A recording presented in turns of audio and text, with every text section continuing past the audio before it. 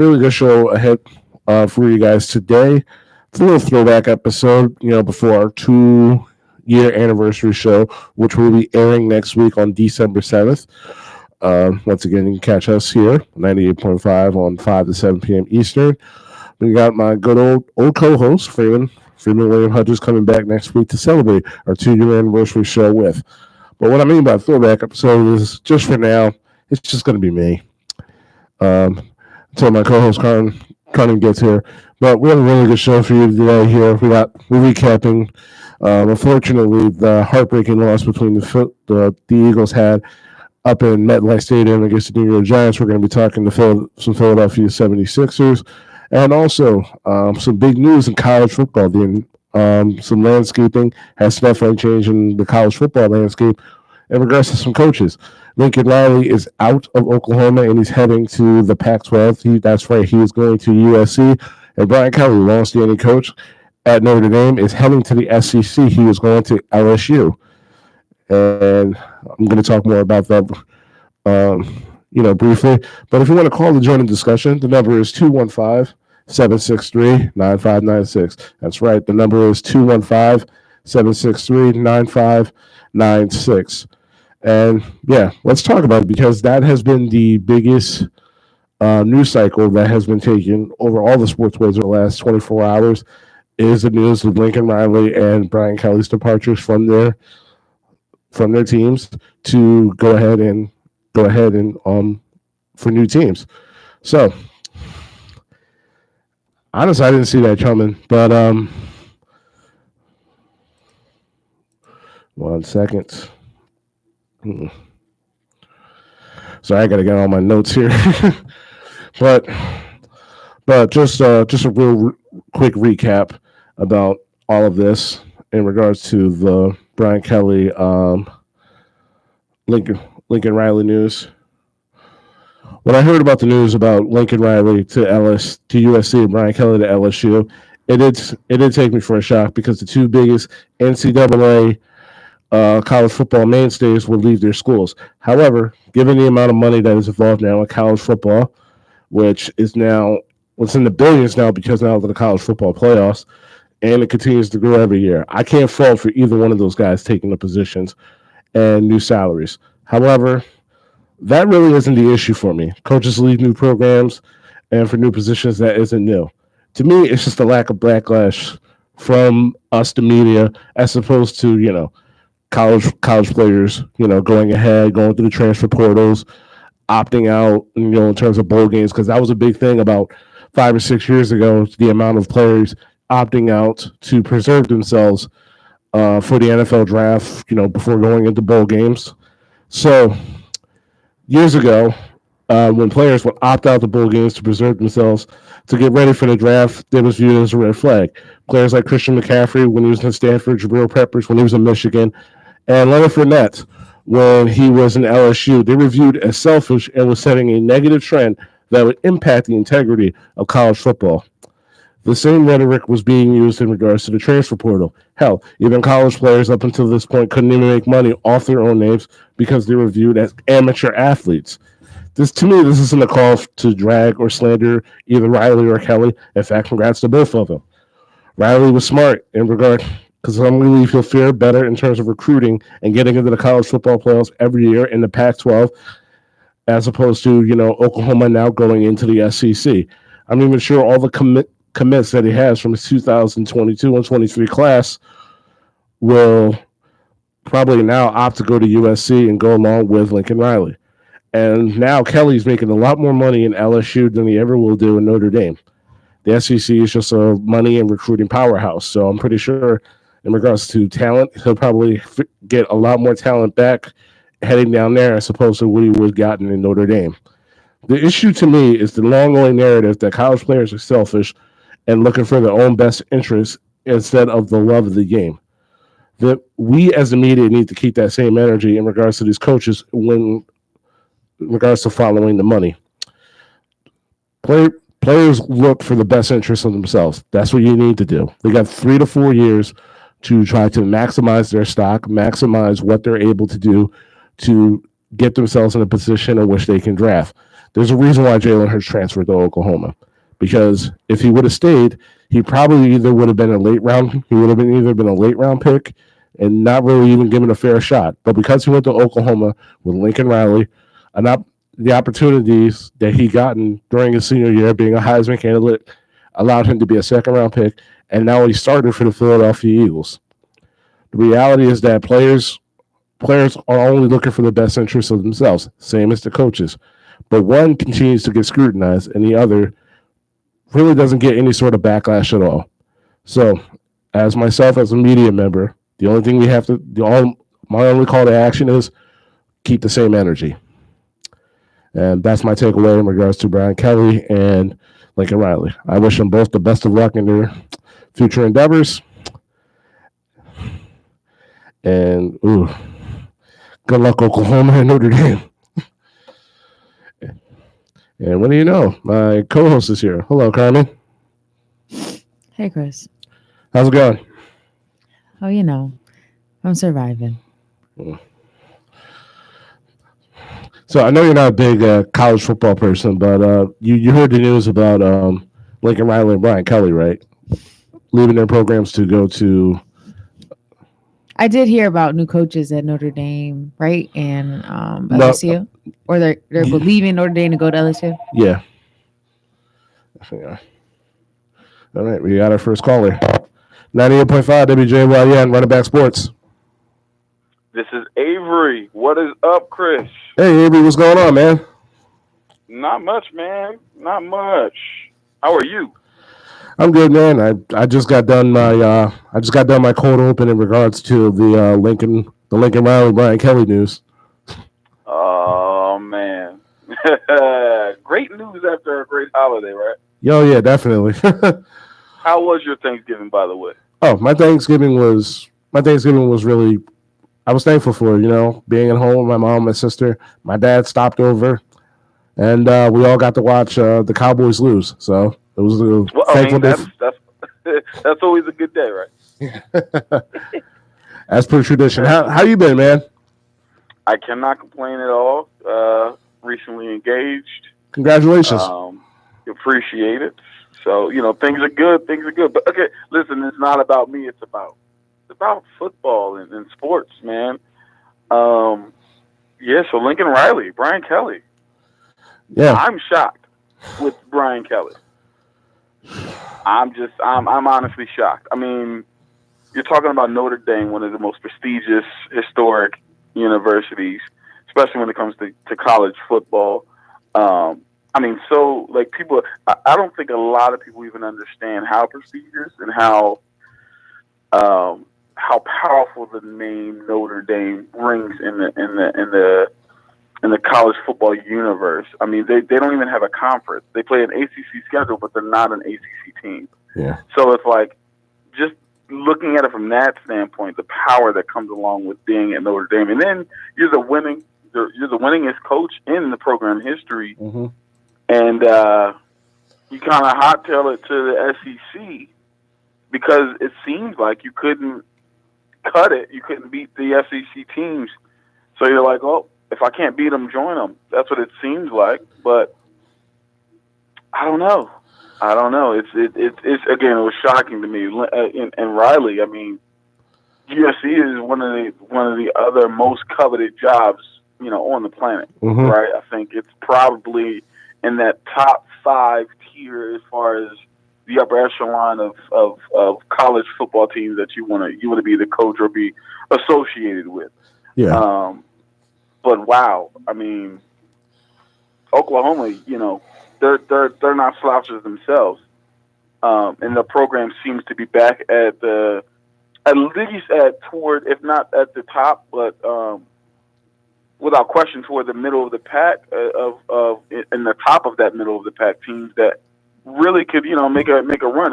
And you're talking about in an era where they're talking about potentially expanding the playoffs even more. Oklahoma could have been a team that consistently and perennially became a team that was in those college football playoffs if it did in fact get extended. And so for me, again, they're not anything to sneeze at. So mm-hmm. I mean, that's a little bit shocking as well, but not as shocking as leaving Notre Dame to go to LSU. And again, LSU is nothing to sneeze at either. But yeah, I can think of 95 million reasons why he would choose to go to LSU. Of course. I mean, it's not like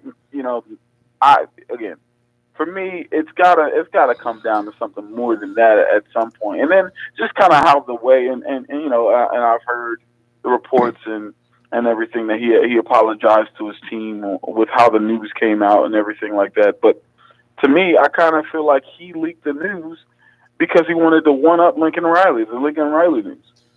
There's even a thought that maybe he tried to sneak the news in because people would be more concerned about Lincoln Riley news as opposed to, him going to LSU. It's like, oh, man, it's not that as big as Lincoln Riley.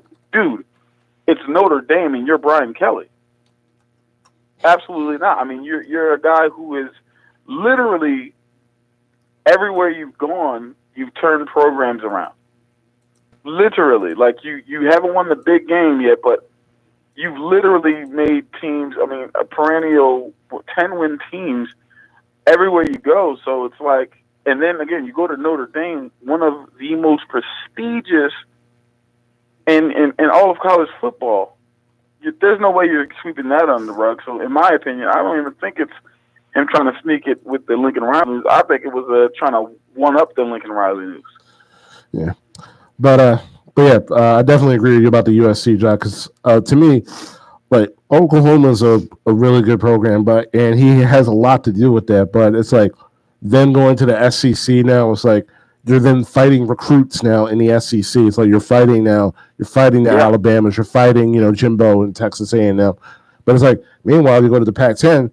I mean, the 2023 that entire recruitment class, they all decommit. They were all from California. So I'm pretty sure they're all going to follow him down in USC. So you know what this means now, right? This probably means that, like, Oregon's not going to be that powerhouse in that division, in that conference anymore. It's probably going to be USC. And it's a lot more easier sledding, trying to win a Pac-10, winning the Pac-12, and, making your case, for the college football playoffs, beating guys like Oregon and Stanford and the UCLAs, as opposed to, going through that giant war zone that is now pretty much going to be that super conference that is the SEC now. Yeah.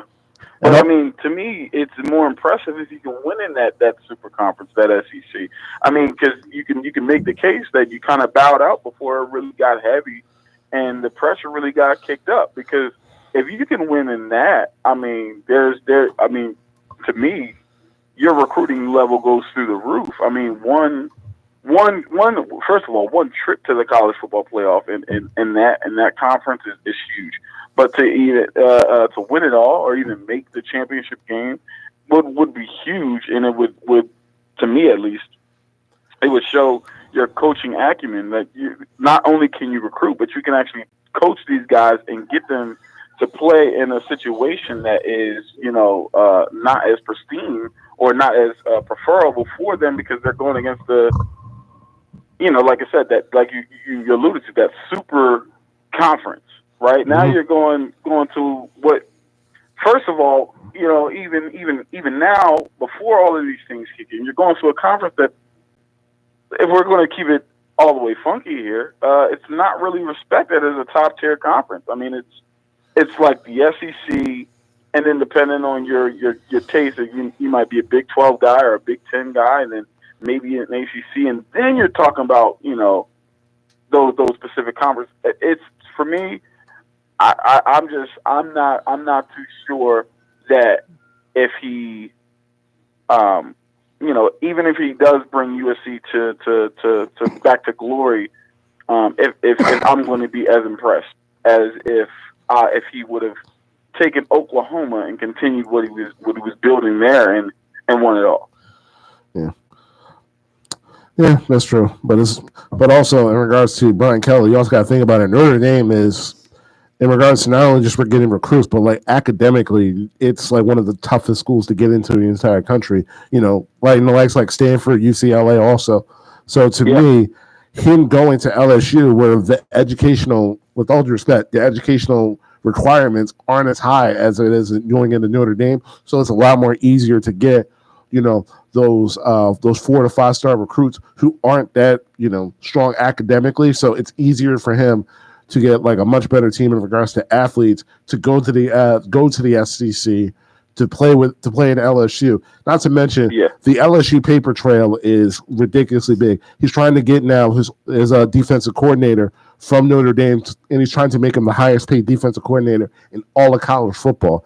That's a lot of money that LSU has a lot to back in regards to Brian Kelly. That's why I can't fault him in regards to making those moves, because in the end it's like Lincoln Riley has the advantage to take over a lesser conference, that is the Pac-12, and Brian Kelly has the opportunity to go to the SEC and get those 5-star recruits that like everybody else in the SEC normally gets. But I don't fault either one of them. My thing is that when are we going to not really give in regards to criticism about those guys leaving? I'm not going to criticize either one of those guys leaving. In the end, way too much money on the table in regards to that. But for sure, if we also just need to stop, we also just have to have that same energy in regards to those guys leaving as we do, these kids going into the transfer portals, looking out for themselves. Like Spencer Rattler should not be getting like any sort of criticism, going into that transfer portal, because after what happened this season, he's probably not going to get drafted. So why not go to the transfer portal, find yourself a better situation, where you can get drafted. I said it earlier, like with Jalen Hurts, you're an Alabama fan, this.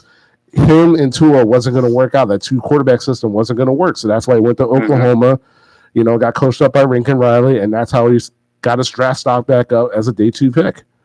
So I'm just saying, like, we got to stop in regards to, blaming these players that, like, these guys are selfish and looking out for themselves. But these coaches are doing the exact same thing. Keep that same energy. I couldn't agree more with that. I mean, for me, I've never had an issue with the transfer portal. I've never had an issue with a player saying, "Hey, listen, I want to go and make a way for myself." So I have absolutely no issues with that. Because like you said, the coaches, these companies, they're all doing it the same. They're all doing the same thing. And they're looking out for themselves and the bottom line, which is that dollar. So, at the end of the day, for me, I've always been a fan of that. Now, what I haven't been a fan of in regards to the transfer portal is some of the reasonings, right? So if your reasoning is you don't want to compete, then that, to me, as a player, I'm like, well, okay, well then, all right, you can go ahead and bounce then, because for me, I want guys who are willing to compete at the highest level. But at the same time, for example, you said in the Jalen Hurts his situation, the writing was kind of on the wall there. I mean, Tua comes into the championship game and actually just plays better. He wins the game, and it's a situation where it seemed like Jalen. It seemed like, he had trouble against Clemson and different things like that. So I can see in that regard where, okay, the writing's on the wall here. But some of the other guys, I'm like, you just don't want to compete. And that to me is corny. And that's how I feel sometimes, and even in some cases, about these coaches as well. You just didn't want to compete with the other guys to recruit and to play. Like, for example, Lincoln Riley. And it's not a shade and it's not a criticism. It's just an observation based on what I feel.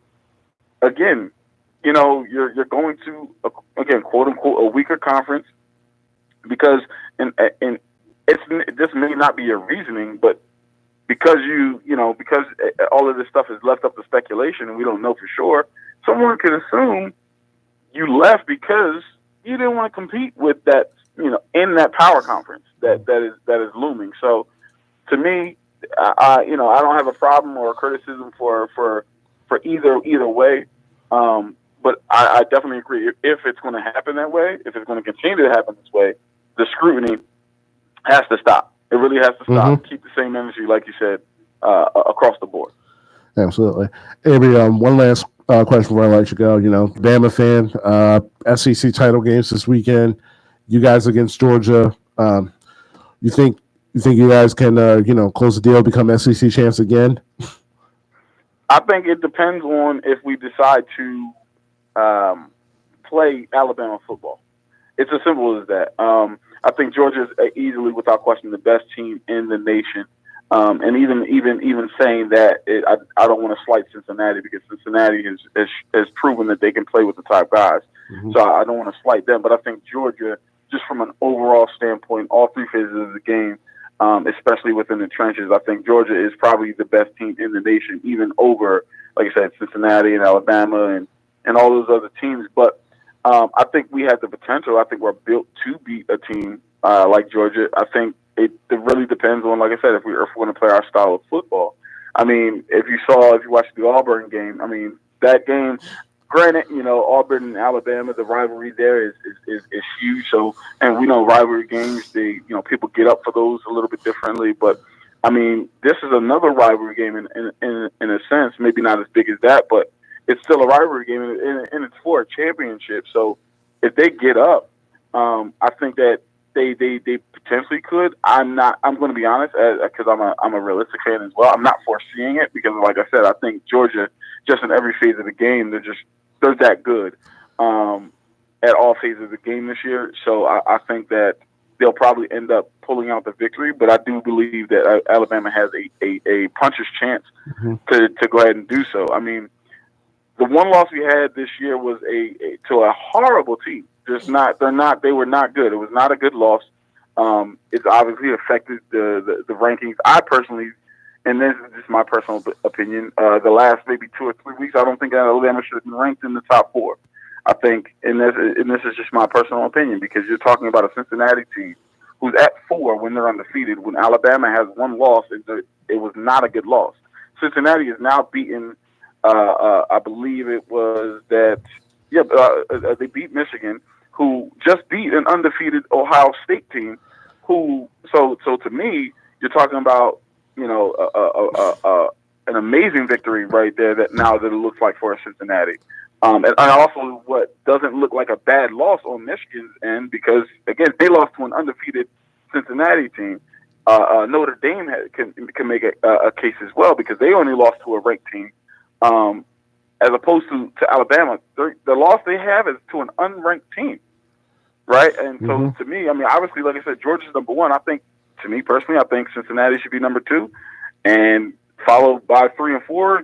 Pick your poison: Notre Dame, Michigan. I don't believe Alabama should even be. And on top of that, they edged out a win, squeaked out a win, and 4 overtimes against Auburn, who's unranked.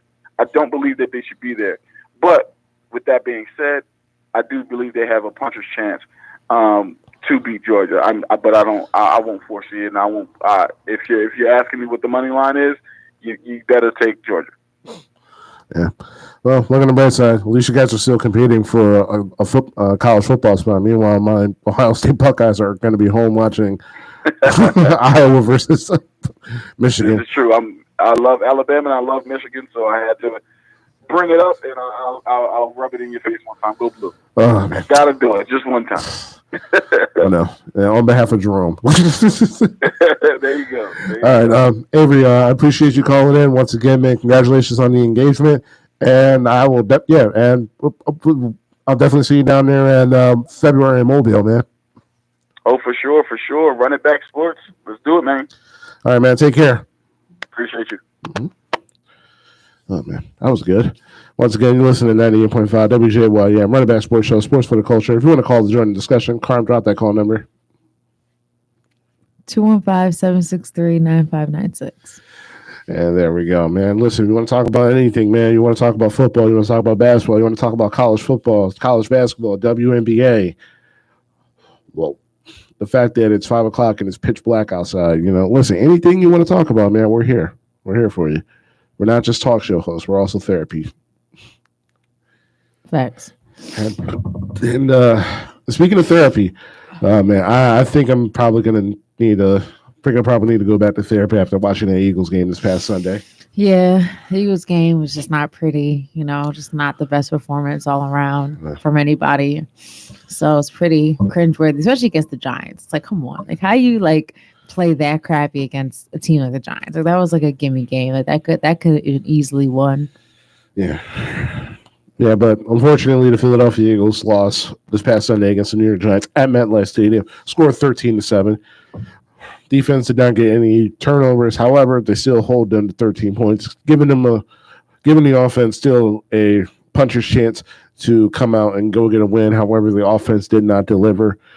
Jalen Reagor on the last series dropped the two crucial passes that could have potentially ended up being game-winning touchdown passes.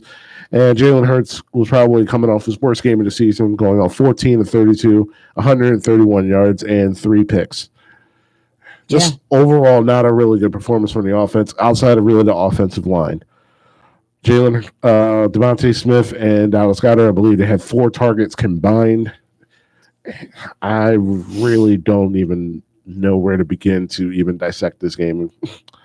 Yeah. I mean, I was just confused as to why. I mean, I feel like we ran the ball well. Like we had, I think 208 yards running. Mm-hmm. So it was decent. But in terms of, the targets, obviously we're just Jalen, was just off on his targets. And then we weren't targeting our main guys like Devontae Smith and Goddard. And Reagor we've been using. And Boston Scott, obviously, with the run game. But Boston Scott had that crucial drop in the 4th that was recovered by the Giants. That kind of lost our chances there. But it's not obviously his fault entirely. Jalen Reagor really could have won us the game if he would have just caught the ball.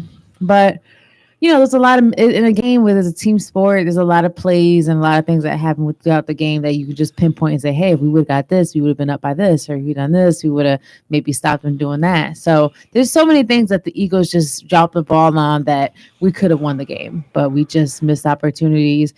And the Giants weren't even playing well. They weren't even playing that great. It's not like they were killing us or, just offensively just wiping the floor with us. It's just, they just got a touchdown and we didn't. I mean, we did. But, they got the touchdown last, right? Yeah. So, it was just kind of the Eagles been doing so well. They've been kind of being on the up and up. And then this game comes and, just no idea. When Jason Kelce went down, I was really concerned. I was like, oh, no. But then when he came back, I was like, okay. But I was kind of oh, man, when he went down.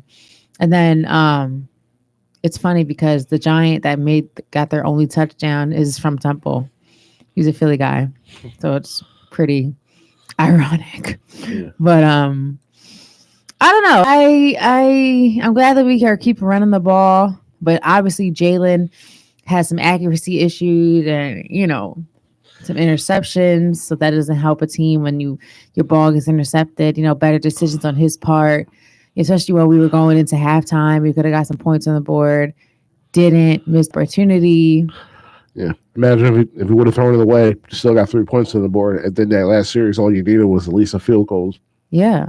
And, that's, yeah. I mean, how much did we lose by? It was 7-13. Yeah. 6. So 6 points. So, that's just, it's just you got to play smarter. You got to think about I don't know what it's like to be a quarterback in the National Football League, but when you're getting paid to be a quarterback, you got to see the bigger picture and think sometimes and just know, when it's not time to be the hero and when it's time to just get some points on the board. Mm-hmm.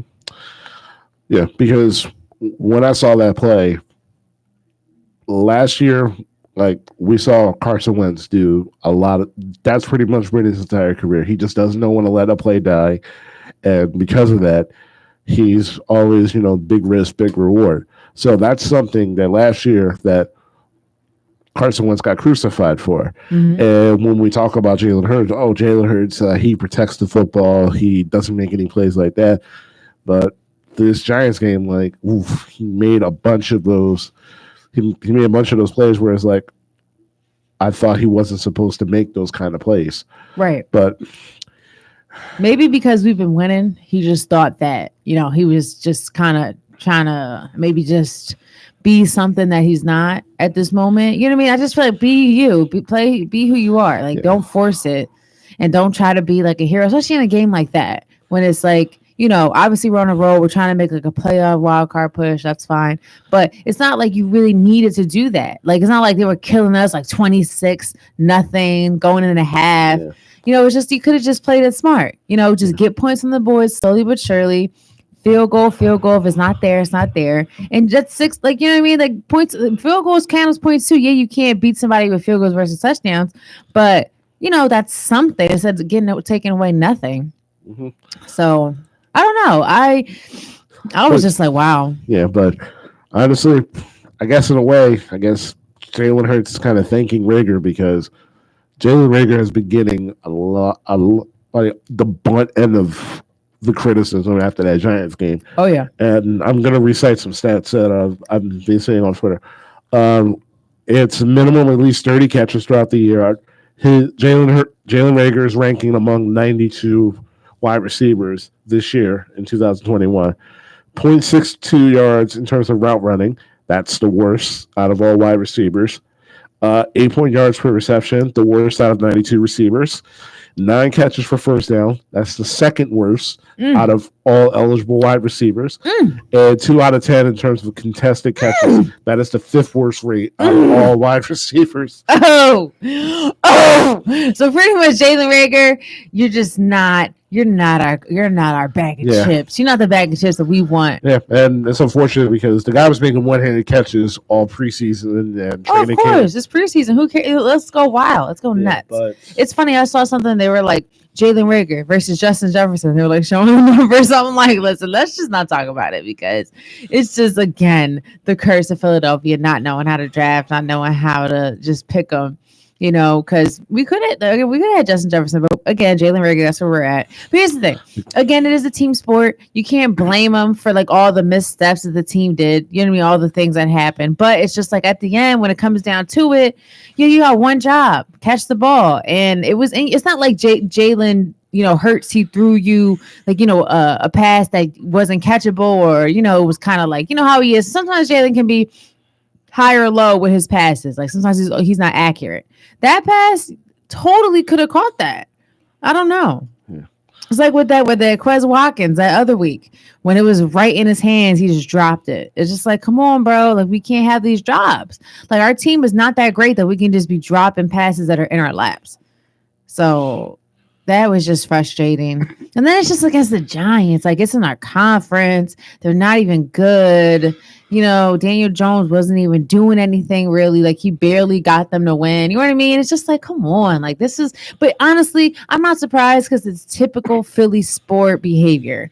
If you're doing well, a little like peak of doing well, hey, let's just screw it up and completely collapse. That's just typical Philly sports. So I really wasn't surprised that like they play like that because I'm like, oh, it just makes sense. But it was frustrating because they could have won that game. And just the way it all went down, like and Jalen Hurts, you know, he obviously, you know, wasn't looking good. So what do you think he needs to do, Chris, for next week to kind of redeem himself? Just not throw any picks? Yeah, take better care of the football. But this isn't also just on Jalen Hurts also. It'll be completely ignorant for me to say that it was all Jalen Hurts' fault in regards to how the passing game went. Now, Nick Sirianni needs to start pretty much, if they are going to throw the ball at least 20 to 25 times a game, along with running the football, at least 60% of those plays and those targets needs to at least go to Devontae Smith and Dallas Goedert. Mm-hmm. Yeah. Because outside of those guys, I really don't trust anybody else on this team in terms of catching the football. Maybe Boston Scott out of the backfield, which I kind of feel like they've really gotten away from in regards to, because he is a viable, you know, receiving option. They got plenty of receiving backs as well, but it's just I really feel bad for Jalen Rager because I mean, in the end, you still got to catch the ball, but it's like it puts Philadelphia in a position where it's like, okay, we invested a first-round pick for you. We think that, you know, you're going to be a guy that is going to be crucial to our success, you know, going down the line. But it's like we're in year 2. We're close to finishing year 2 with you. And the only thing that you have shown is that you're just somewhat of an okay special teamer. And Chris. That's Chris. And I'm like, we used a first round pick for a punt returner. And I really don't. And I'm like, Tell him, Chris. Break it down. Way to go, Howie Roseman. Way to go, buddy. You had your opportunity to get Justin Jefferson. You had your opportunity to trade it up to get CD Lamb. Even the year before that, you could have had your opportunity to go get DK Metcalf. I mean, Seattle passed on him twice, so that's neither here nor there. But even still, then you could have got Terry McLaurin. You could have got anybody. But the reality, but we only have one surefire wide receiver that is at least going to be here for the next 5+ years plus, and that's Devontae Smith. Other than that, everybody else on this roster in this wide receiver room is literally expendable. Greg Ward should not be on an NFL roster at this point. He hasn't really shown much of anything this year. Now it's like you still have 3 first-round picks now, because it's looking more and more likely that the Carson Wentz Indiana pick is going to convert to a first-round pick.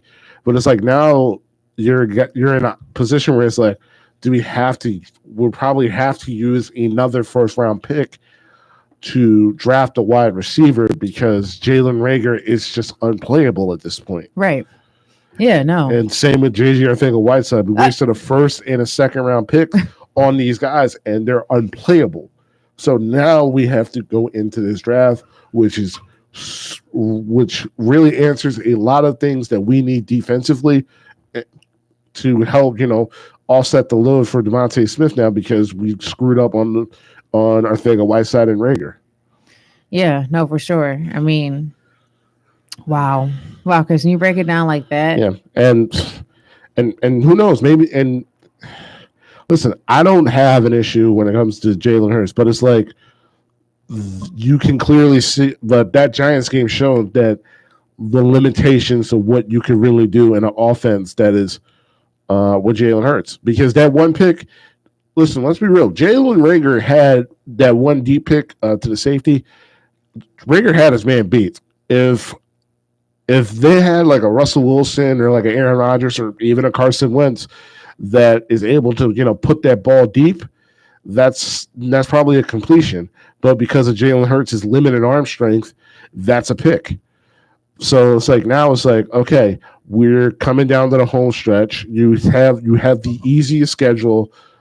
One of the easiest schedules in the entire National Football League, along with Tennessee, to see that can Jalen Hurts close the deal and possibly get you a playoff spot, build something to go forward. Because if Jalen Hurts is your franchise quarterback, he shows you enough, then you can properly build your team, and he can still do enough in terms of just trying to win football games.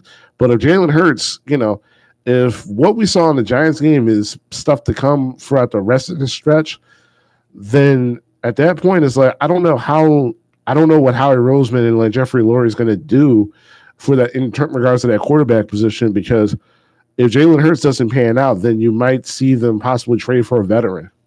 Maybe put themselves in the Russell Wilson sleep stage. Maybe try to get themselves Aaron Rodgers, or try to convince Deshaun Watson to come here, or use a first-round draft pick just to get one, just to draft a quarterback. But that'll suck. Like if we do that, I think that'll just be deflating for I think fans and obviously the team, because on the defensive end we're so light. Like we really just don't have like the personnel. So it would just be like, wow, here we go again, rebuilding and redoing stuff. Well, we should have, like you said, we should have handled that when we had the chances to handle that. And now going back, it's like, come on, bro, we need defense. Like we need, the body of the team. Like we can't be wasting time getting more and more. Oh, let's get another wide receiver. Let's get another quarterback. Let's have another quarterback drama. Like who has time for that? Like honestly, it's getting old. Like this whole thing of like having to fix things you should have fixed and refixing and coming back. It's just like, come on, get it right. Make the right decision. It's getting annoying at this point. Like, look, Jalen Reagor, he's quoted and saying from the game against the Giants. He says, just 2 drops that I would say is very uncharacteristic. Just got to go through the highs and lows on to next week and make the plays. Jalen Reagor, what plays you been making? What plays you been making? Where? Please tell me. Because honestly, I understand that things happen. No one's perfect. But when you get your opportunity to like finally just show your worth, show that, you're going to be at least helping this team in our low point, you don't. And it's just frustrating at this point. And it's like I'm so sick and tired of always having to go back in this draft stuff and talk about offense. Like we talked about on the show before, like, do we need the defense? And now it's like we can't even build our team right because of all these missteps. And again, it just boils down to Howie and the management. It's just like, come on, the front office. It's like you guys are obviously the problem. Something got to give, because it's like you can't keep blaming the missteps on drafts and all this stuff. Because yeah, it sucks, but it's like, who's making these decisions? Something got to give, because it's just becoming like a crapshoot. Like, yeah, here we go. Same stuff. Carson Wentz is gone. Oh, Jalen Hurts ain't going to work. So now we got to find somebody else. Oh, Jalen Rigger ain't working because we misstepped on drafting when his class came. Oh, let's find someone else. Like, come on. And Devontae Smith and Dallas Goedert, again, you should be targeting that because they have shown to be the most consistent, especially Devontae Smith. If you throw the ball to Devontae Smith and it's right there, he's going to get it. Like, he's going to get it. Lower, high, like, he's going to go get it. The Dallas Goedert has been consistent too. So I'm sorry, like Sirianni, go with what works. Stop trying to, I understand you want to give everybody some play, but no, go with what works. If these guys are more consistent and they're giving us, I just lost my train of thought. But either way, go with what works. Stop trying to do extra, do the most, run the ball.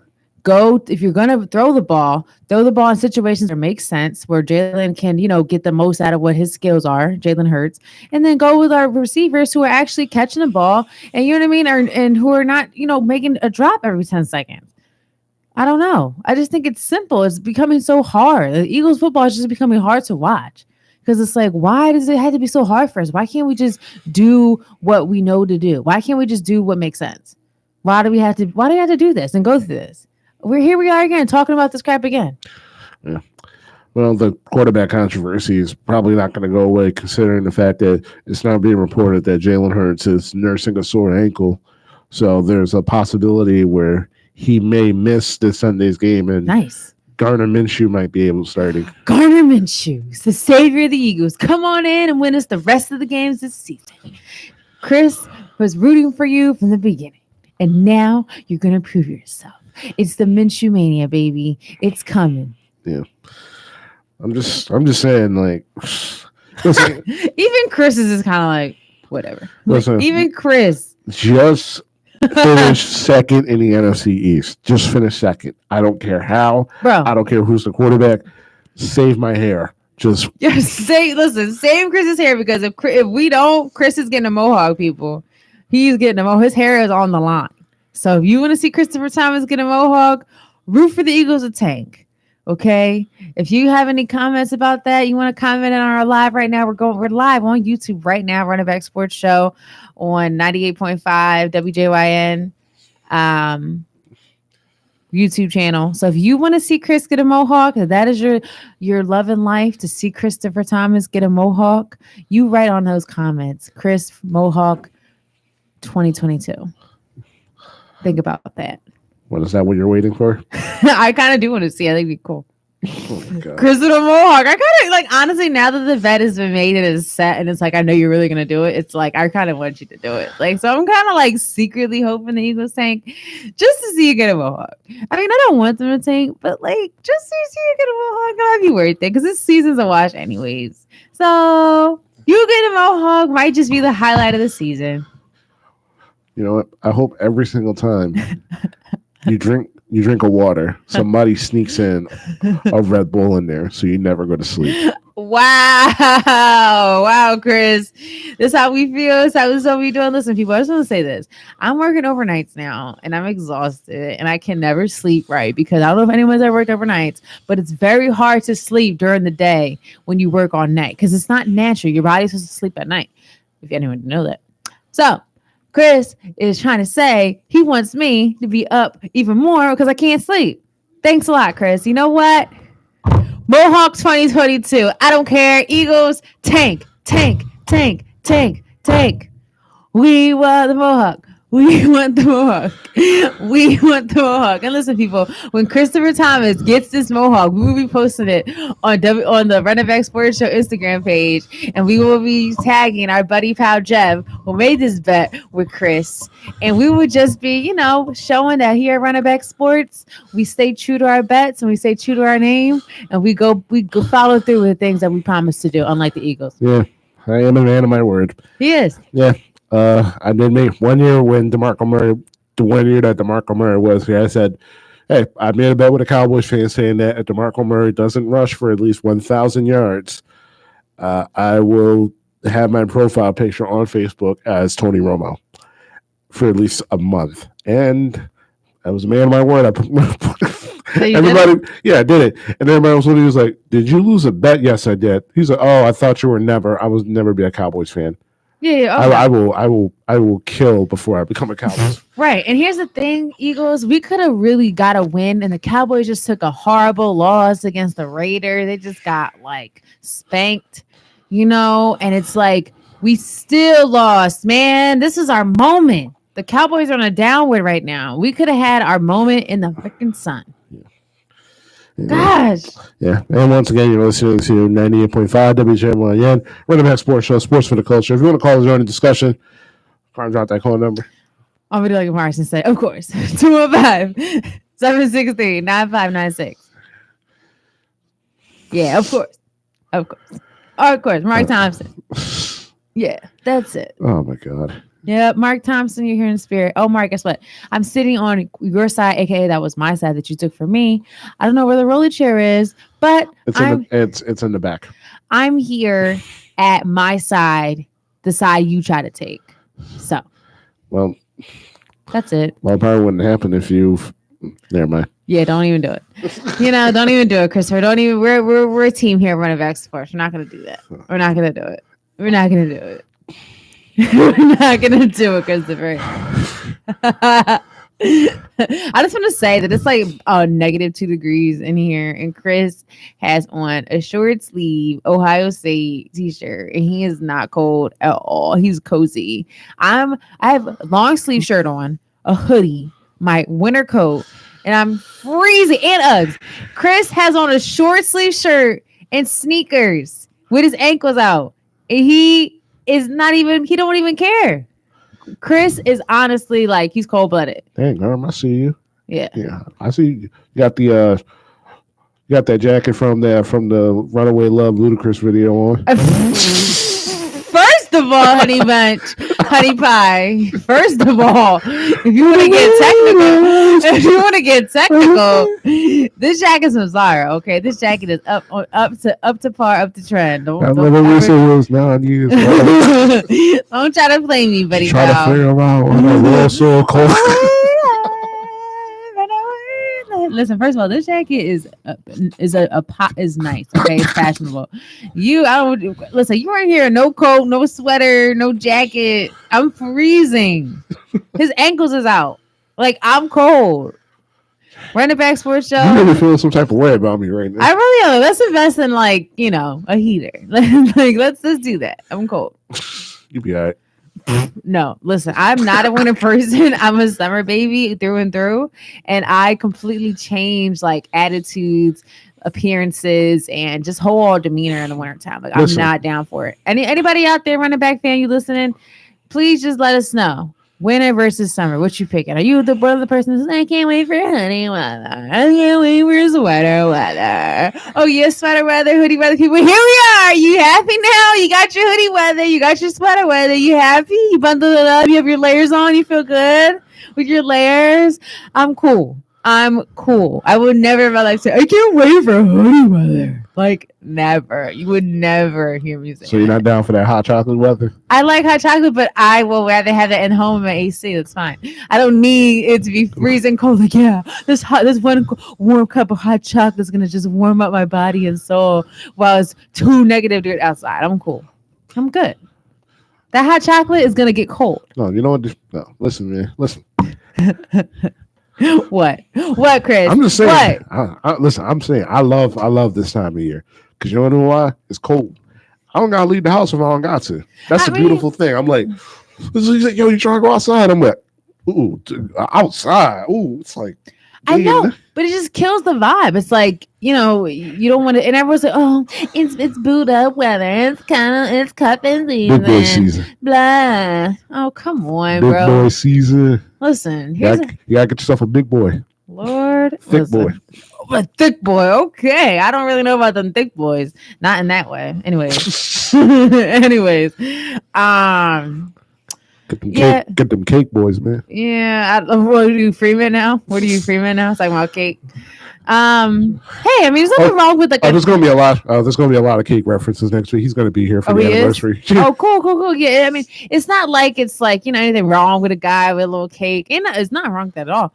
But for me personally, like I don't believe in the cuffing season thing. People just want an excuse to just romp around in the house and be irresponsible.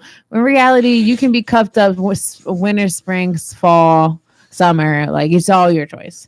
Winter has nothing to do with it. Like whatever. Like I'm just over this whole like explanation as to why winter is like appropriate. It's like I don't know.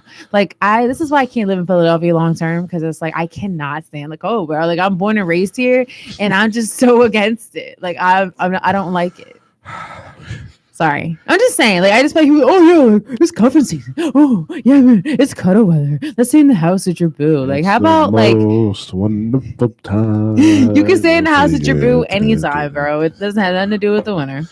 But here's the thing. I'm not really big on Christmas, but my best friend is. She loves Christmas. She's obsessed with it, and she really gets me in the spirit. So Christmas ain't so bad. But Christmas, once it comes and goes, it's like just straight cold. Like what else is there? Just straight cold. The Mummers Parade. Like, I don't know. That's Thanksgiving, right? Ice skating. Oh, okay. I'd rather roller skate. What else? What else you got? Come on, bring it on. Let's do it. Let's do a winter snack versus a summer snack. Go ahead. Apple cider. Okay. I'd rather have a nice cool lemonade. I'm fine with that. Go ahead. What else? What else? Okay. So I see you're not as refined. I'm not as refined. First of all, I'm very refined. Okay. I'm just saying that natural homemade apple cider. Ooh. I mean, listen, I love hot chocolate. I don't know about the apple cider. I love hot chocolate. Eggnog. Coquito. Okay. That's something with the winter that I can get down with. But I'd rather have some sweet tea, some fried chicken, some hamburgers and hot dogs at the grill. I'd rather have that. That's better to me. Sounds better. Who says you can only grill during the summer? Here's the thing. When I see people grilling they're like, yeah, man, grilling is a year round. Like, I'm cool, bro. That's a man thing. You would never catch me in the middle of the winter grilling anything. Never. Like, that's a man thing. That's weird. Like, go inside. Like, it's 10 degrees. Like, what are you doing? Yeah, man, got some dogs on the grill, burgers. Like, go in the house, bro. Put that shit in the oven. Sorry, Chris. Sorry. I haven't had a slip up in a while. I was due for a slip up. You summer babies.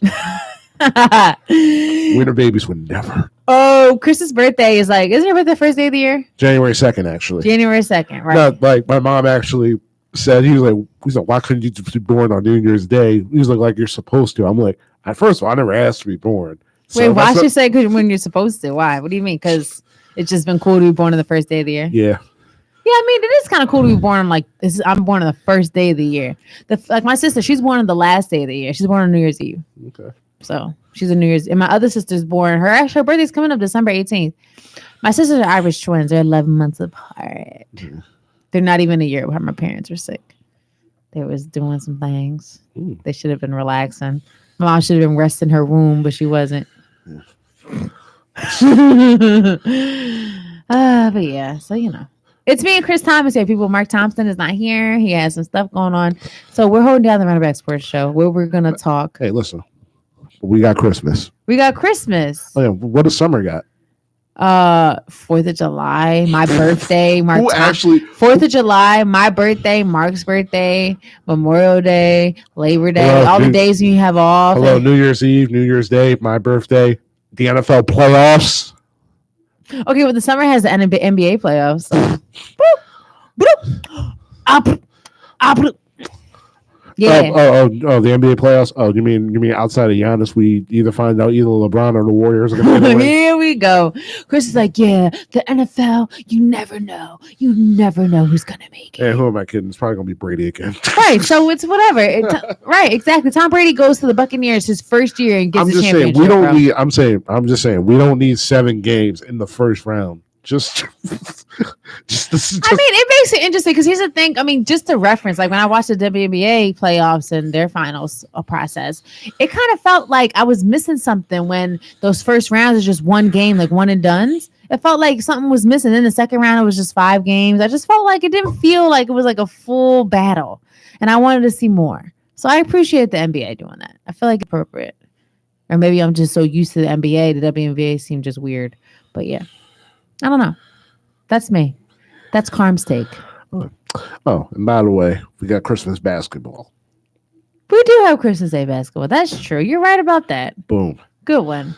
Good one. I mean, okay, that's fine. Either way, in the summer, what do we have? You know what? You don't have time to watch sports and watch TV. Why? Because you're beach, living life, under the sun, laying up, enjoying the outside weather, playing sports in the parks with your, like, you're just loving life. You're eating ice cream, ice cream truck comes. Everyone's on the porch, on the step. You're hanging out with your family. Like, you're meeting up with people. You're at the bar. Like, you don't have time to watch stuff because you're just living life. Think about that. You do all of that stuff in the winter. No, you just made the point in saying that you don't got to go nowhere when it's cold. You just made that point. So now you can't backtrack. Don't backtrack. You said it. All right. Listen, people, you want to chime in and talk to us about how summer is clearly better than winter in every way. You get at us on the line. 215-763-9596.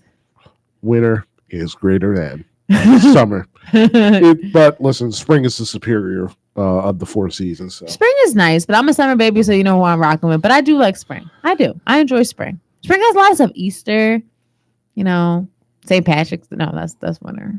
That's winter. St. Patrick's Day. That's like the kind of like the conclusion of winter. Yeah. What else spring got? I don't care about St. Patrick's Day. Yeah, true. Whatever. Oh, we got Valentine's Day. Valentine's Day. That's winter though. But either way, spring is just cool. Spring is kind of like, you know what it is about spring? It's like summer's coming. Summer's coming. That's the best thing about spring. Come on. Like, if anyone wants to call in and argue with me, we can argue all day and night how summer is the superior season. You can't, you can't listen. All these little things is subjective because you can say, oh, the holidays. Holidays for who? A lot of people, so many different holidays. You can't say that, oh, it's Christmas time. For who? You know what I mean? Some people don't celebrate Christmas. Yeah. Think about that. 3 words. Cheaper ticket prices. Okay, whatever. Boom. Either way, come argue with me. I'm willing to debate. Yeah. But anyway, another NFL week has concluded. Yeah, man. So how about those Bengals, man? Wow. Oh, yeah. They laid it beating to the Pittsburgh Steelers 45-10. Wow. Hey, JDs, if you're out there listening, sorry, bro. Steelers took that L. It's okay, rebuilding season maybe for them. Who's their quarterback? Who was playing? Love. Was he playing? What's his name? Who? That's Green Bay. Joe Burrow. No, for the Steelers. Steelers. Their quarterback. It's not Ben Roethlisberger. Oh, Roethlisberger played? Yeah. Oh, okay. Yeah. 98.5 WJY. Yeah, running back sports. Oh, okay. So yeah, the Bengals. Thanks for the call. Thank you for agreeing that winter is better this summer. Bye. That wasn't what that was. Yeah, Bengals put the beating down on the Steelers. Chris, what were your takeaways from that game? Do you feel like the Bengals are the real deal? I mean, Jamar Chase, Joe Burrow. Yeah. I mean, Pittsburgh's been proving me right about how I felt about them all year. They're not a good football team. Mm-hmm. And they need to move on. They need to figure out who is going to be their quarterback of the future going forward because it's not on this roster. They have a lot of talent. You have really good young wide receivers, Claypool, Juju Smith-Schuster, even though I think he's leaving after this 1-year deal. Najee Harris, brand new young offensive line. And you still have a defense that's still capable of winning a game. by itself. But if you don't have that quarterback, then it's nearly impossible for you to be consistently winning in the NFL. Yeah, no, for sure. So yeah, Big Ben, Big Fridge, the Big Fridge. I crack myself up. The Big Fridge, because you got a body like a refrigerator. Yeah. You got no butt at all. It's like stainless steel, flat. Just saying. Yeah. But anyways, yeah, they definitely need to find their quarterback in the future because of that. And here's the thing that sucks. It's just kind of like in the battle of PA, the Steelers and Eagles are both looking sorry. Yeah, state of PA is in a bad state. Yeah, Penn State's not even doing well. My alma mater's not even doing well. Everyone wants to fire what's his name? James Franklin. Like everyone's like, yeah, fire Franklin. He said, and like on my like feed, a lot of people that I follow or know, they obviously went to Penn State or are there now. You know what I mean? Like I got like residual Penn State people like from now. You know what the beautiful thing is? You got a contract extension.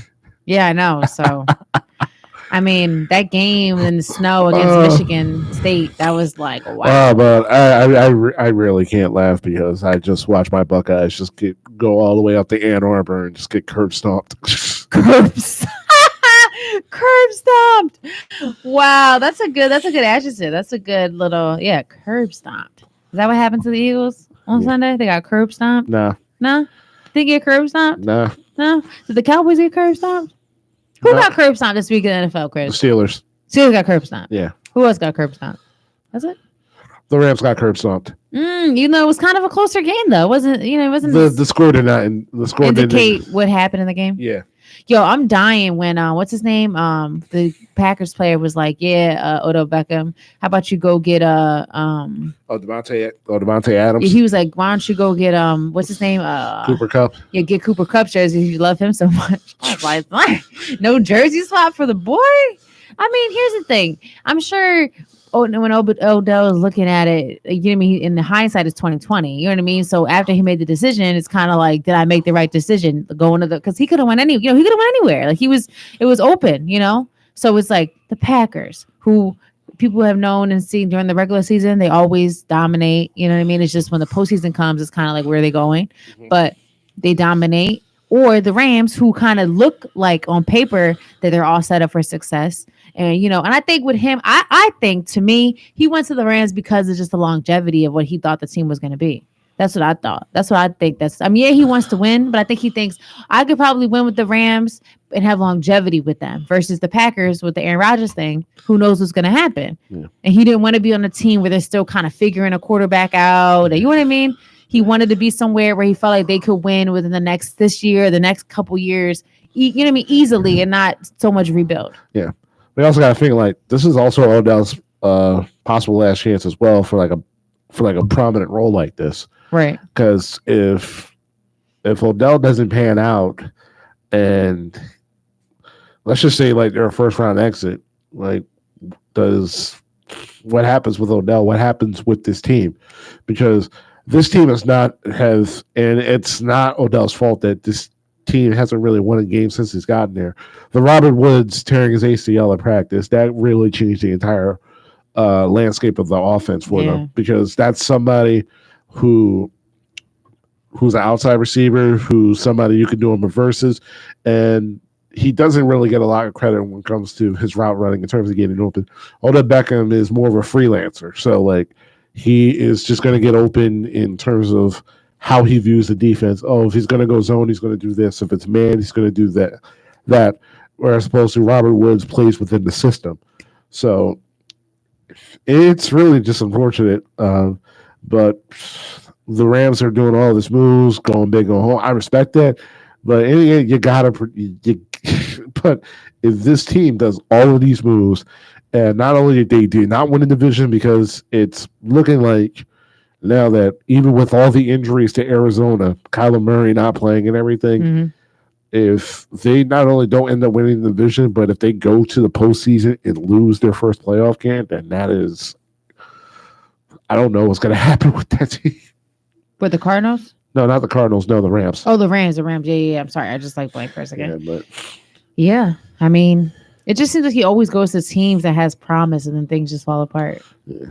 That sucks because he's so talented. I feel like he's getting like the black mark. It's like, he's so good, but everyone is just saying he's overrated because it's like when he goes to these teams, nothing happens or he got hurt or whatever's happening. So kind of sucks. Yeah. I'm a nerd. I watch a lot of cartoons growing up. Have you ever seen Fairly Odd Parents? Yeah.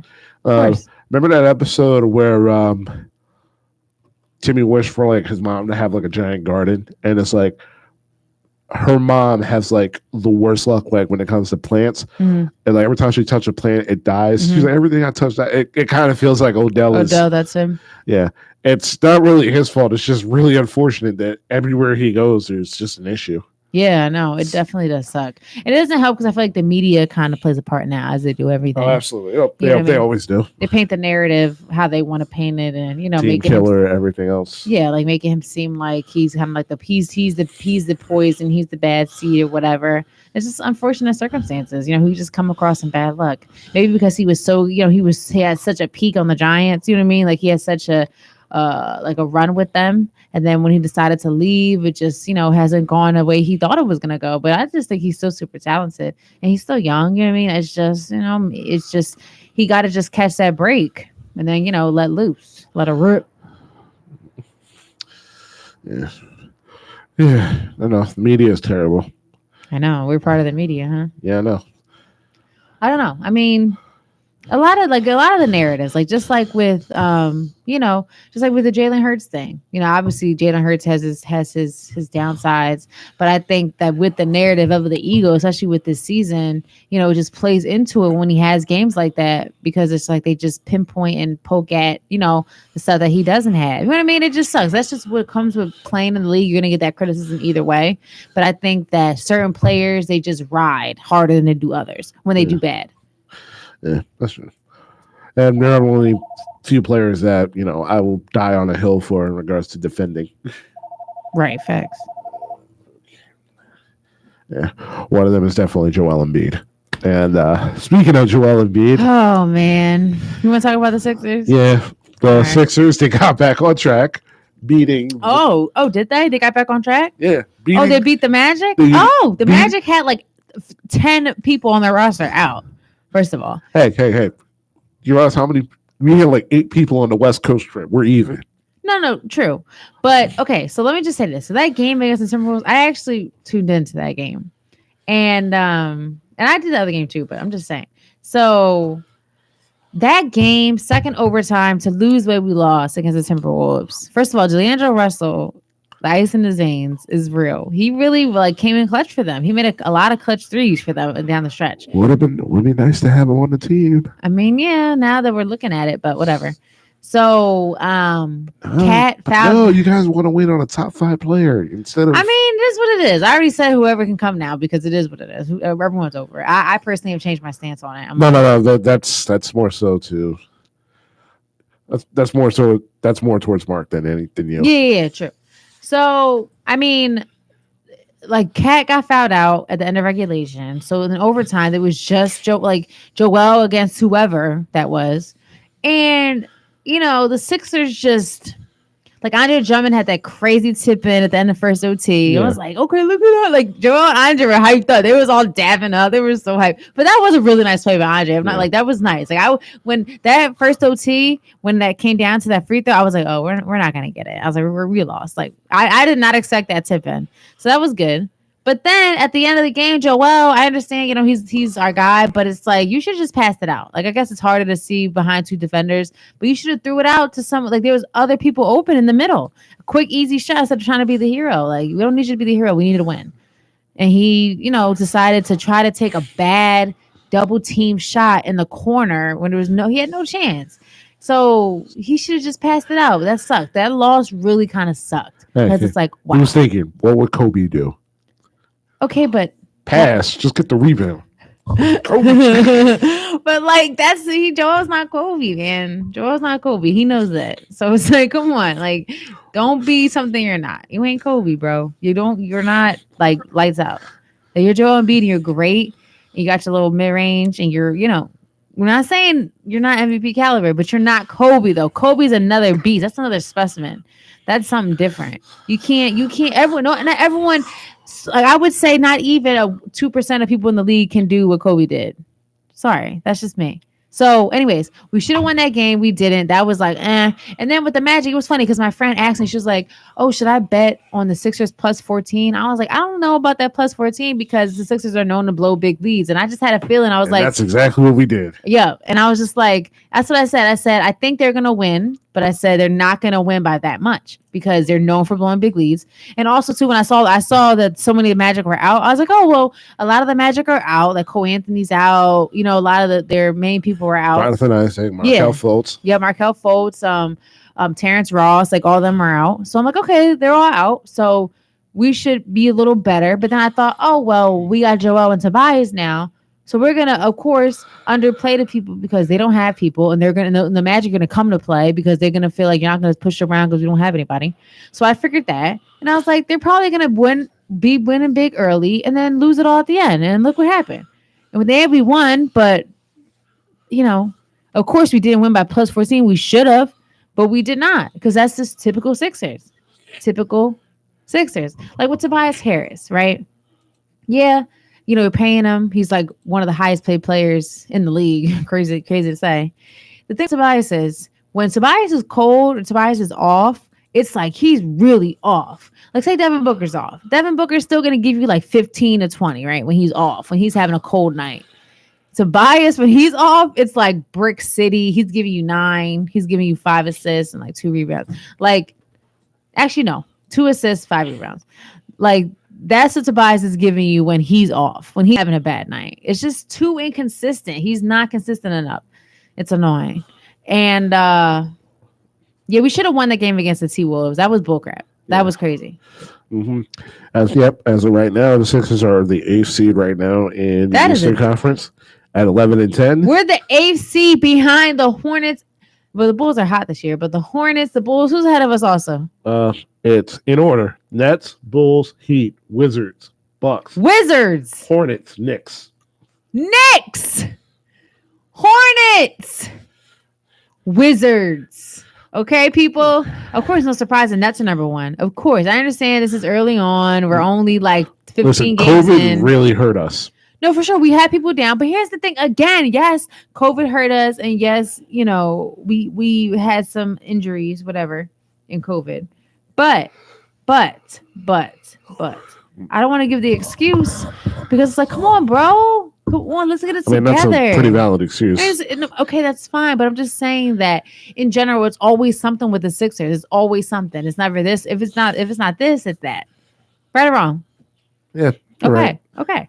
I'm just over it. I'm over the excuses. Just like with the Eagles. I'm over the excuses. What this is, I'm over the excuses. Like it's okay. I feel like Mark Thompson, and I feel like saying you don't get first place with effort. You know what I mean? I just feel like Mark right now is saying that. Listen, it's okay. We'll be the best 8th seed that we could possibly can be. I mean, hopefully we climb up as the season goes on. Oh, don't worry, we will. The season is still new. Listen, only 3.5 games separates the 11th seed Boston Celtics and the number 1 Brooklyn Nets right now. Okay, yeah. Plenty of basketball to still play. No, for sure. But like those games, those home games and then like our West Coast run wasn't the best. I think we only won 2 games, right? In the West Coast run. We beat the Kings and then the Nuggets. Yeah, that which was wow. Of course I knew we were gonna lose against the Warriors. But and then we come home and we lose against the Timberwolves in double overtime, bro. And then we barely beat the Magic who don't got nobody. Like that's just so Sixers. Like I should honestly be like a betting hotline. Like just ask me and I'll tell you what's best to bet on. Especially with the Sixers, I can give you like a really good like tell what they're gonna do because they're so predictable. Right or wrong, Chris? Go for it. So I don't know. You do work at a casino, so I do. But yeah, so tonight what a game that I really want to see that I'm not going to see because I'm going to be at work is the Suns and the Warriors. You don't got TVs there? They do, but I can't watch how I could watch at home. I got up and working. I'll text you to play-by-play. Yeah, do that. Yeah, so the Warriors the number 1 seed and the Suns the number 2 seed, Yep. Chris's Suns will be matching out tonight. Lost Suns. Going for 17th in a row. Yeah, the Suns are on a win streak, 17 games. It's the most they've had in a bunch of seasons, win streak. Going for number 17 franchise record. Yep. So, but this is going to be a great game because obviously the Warriors are number 1. They're the hottest team in the NBA right now besides the Suns. And, they've just been on a tear and not even at full throttle. Suns got everybody. Everyone's pretty healthy and looking good. Mm-hmm. So Suns are kind of like full force. The Warriors are not, but the Warriors still been killing it. So it's going to be an interesting matchup for sure. I'm excited for this game, but I wish I really could just be home and watch it. But I'm sure I'm going to record it. So I'm sure it's going to be a good game. And I'm excited to see my 2 babies, Steph Curry and Devin Booker, play head to head. Yeah. I rarely got an opportunity this year to really talk about it, but one of the underrated signings, like as much as, we talk about Andre Drummond going to Philadelphia being an underrated signing. Patty Mills? Well, that too. Patty Mills to the Nets was like such a crazy signing. Yeah. Like I said this. Remember this? Remember that, Chris? It's like putting a scope on a machine gun. Seriously, like I said, like when I heard of that, I was like, wow, that's a great pick. Mark's like, Patty Mills is whatever. I know Mark said that. And I'm like, no. Patty Mills is nice. And now look at him. He's like their third option because Kyrie's out. Like Patty Mills has been good. I've said this. I've stated this. He was great on the Spurs. He's great for Australia in the Olympics. And now he's killing it on the Nets. Like I wish we had somebody like Patty Mills on our team. Mm-hmm. I was going to say the JaVale McGee going to Phoenix.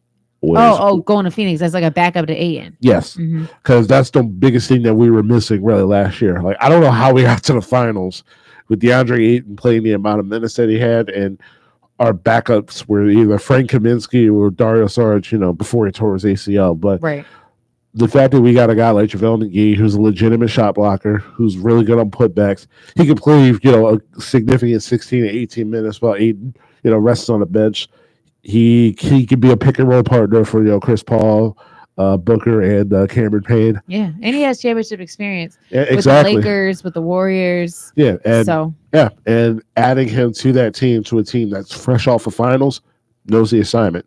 Monty Williams, still once again doing a really great job, and that's the one thing I really like. I like the depth and just keeping that depth, keeping that cohesion, adding a guy who is a significant upgrade in one of the positions you really lacked last year was really helpful because you have a legitimate five person rotation, and now you add in JaVale McGee, you add in a Cameron Payne is getting more experience now. You add in a Landry Shamet who is a legitimate 3-point shooter, so that depth is really going to come definitely in handy. Landry Shamet is on the Suns. Yes. Now? Oh crap. He was on the Nets last year. Yep. Wow. Look at them. Who else did they add? Landry Shamet, who else? Well, in terms of JaVale McGee, Landry Shamet, the only 2 new ones? Yeah. Okay. Those are only 2 new ones. No, we don't have Torrey Craig anymore. Forget who we have. I could just look it up. Yeah, that's legit though. But like I said, again, the Patty Mills signing was legit. The Andre Drummond signing was legit. For the Sixers, I wish we signed Patty Mills though. Yeah, that'd have been nice. Patty Mills would have been perfect here. Perfect. Like it's just like wow. Like, but that just shows you again how Philly is just so like even when Dennis Schroeder before he went to the Lakers, I wanted Dennis Schroeder because I feel like Dennis Schroeder went into the Lakers and really changed things up and was a factor for them on the bench, coming off the bench. So and that's why they were offering him so much. And he denied it for his reasons, whatever. So I think even then I wanted us to get Dennis Schroeder. It's like the Sixers never can pick people like that we really could that are clutch. Like, yeah, we got Drummond, I think it was a great pickup, but it's like, yo, let's keep it going. Let's get some more people. You have the stat? What? Who do we get? Who do y'all get on the Suns? Oh no, it was just Ayton and it was just McGee and the Shaman. Oh, okay. Everyone else pretty much stays the same. We still got Cam Johnson. Mikal Bridges. He signed that extension this past summer. Right, Mikal Bridges got paid. Just got paid. Screw the Sixers. You gave me away on Jeff Knight, and my mom works for y'all. Screw y'all. I ain't never coming to y'all because you suck. Oh, Stan, how could I forget? We got the GOAT, Elfrid Payton. Yeah. Payton, baby, with a messed up jump shot. Yeah. Best third point guard of the Yeah, what's up? God, I do not like Alfred Payton at all. Oh, he cut his hair. Yeah. He had the crazy like dread head. It was like one dread, right?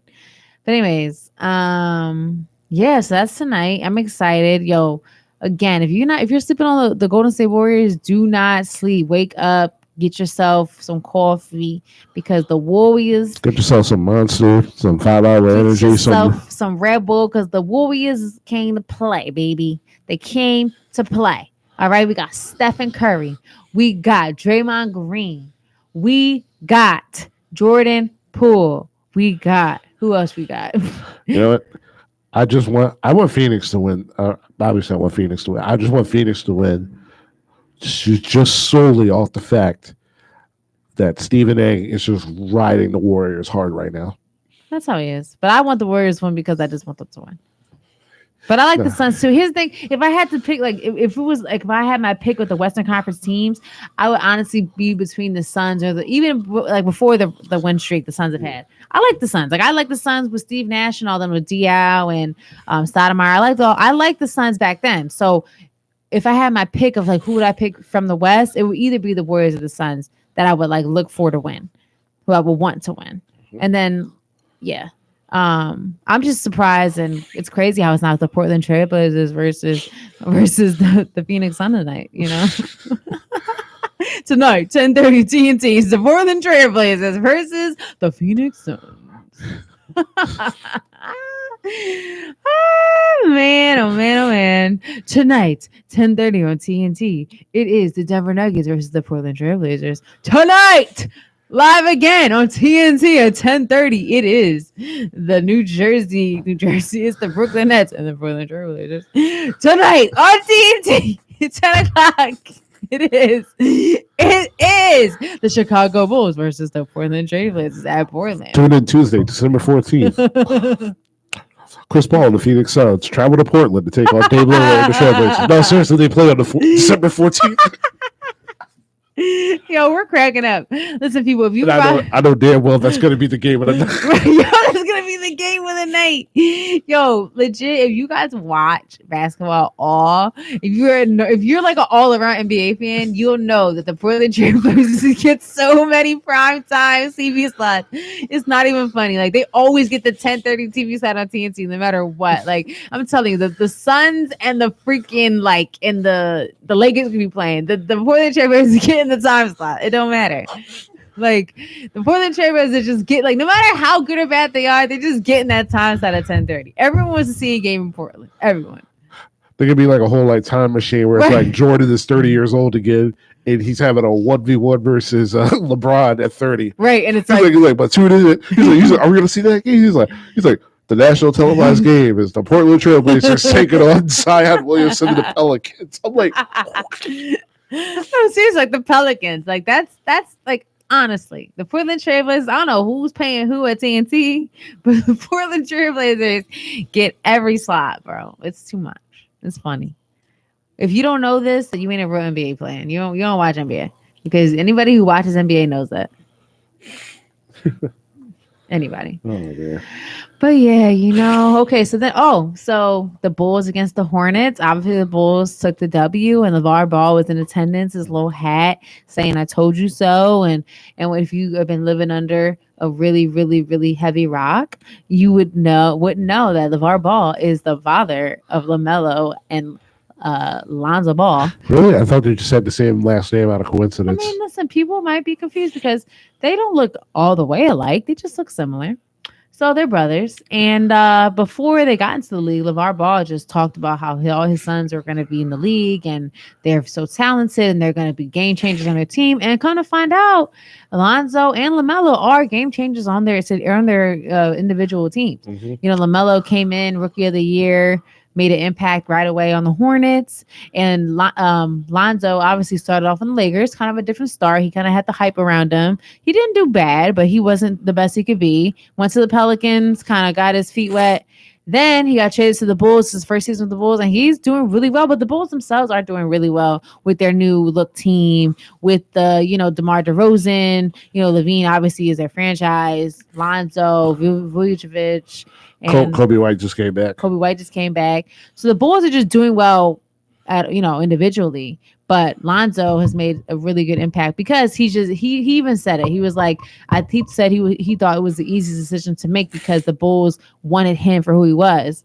And, they were supporting him all the way. And now that someone wants him for what he can do, what his skill sets are, he's thriving. That shows you if you believe in someone and what they really can do instead of trying to change them, then, you'll do, it'll be all right. So I'm happy for the Ball brothers. And I mean, I don't know what LiAngelo's doing. I hope, maybe he'll find his way eventually. But either way, LeVar has something to be proud of because those boys of his are, they're in the league. You think the Bulls will be cool with Ben Simmons, Lonzo Ball swap? No. Hell no. Yeah. I figured as much. No way. First of all, they're not going to break up a good thing. They got a good thing going. Ben is obviously a problem child. Like they're not gonna do that. Levine, I feel like would not have that. I don't think Levine is high enough on Ben that they would break up what they got going to get Ben. I just don't like. I think Levine is like their guy. That's why he stayed, and they brought people around him to help make the team better, to help him. So I don't think that's happening. And plus, in terms of size, I just don't see like that kind of big three feel of big three bigger men. You know what I mean? And then you got DeMar. Like, I just think what they got. I just think what they got now just works. Because you got the point guard and Lonzo, the shooting guard and DeMar. I know. I know, but I mean, I would love it. I would love that if we could get rid of him for Lonzo. But I mean, that ain't happening. Hey, listen, I take LaMelo. Let's bring LaMelo on. He's a baller. No pun intended. Mike Jordan is not doing that. I know. That's what I'm saying. But hey, Mike Jordan will make Ben Simmons crook. Right. Like, and if y'all were again living under a really big rock, Ben Simmons is still on the roster, but hasn't played. And he was at Wells Fargo Center though. He was in the building doing what was he doing? Shooting around. Was he shooting threes? No. I don't know. I don't care. Yeah, so that's what to me, he's not on the team. Yeah, that's what Ben was doing. He's just hanging out the wells, eating Chickies fries, just chilling. And he's as part of the team as much as Allen Iverson is nowadays. Oh, but here's the thing: they need to sign Allen Iverson to a job. Like if Ben Wallace can get a job with the Pistons after everything that happened with that fight and all that crap, I think that Ben Wallace never threw a punch to the fans though. I know, but I'm just saying. Allen Iverson, when did Iverson hit fans? He never hit no fans. I'm just saying like. I'm just saying. What I'm saying is Ben Wallace was actually involved in he was a part of a situation that was nasty, and Allen Iverson, he had his stuff with him, but he never was a part of nothing like that.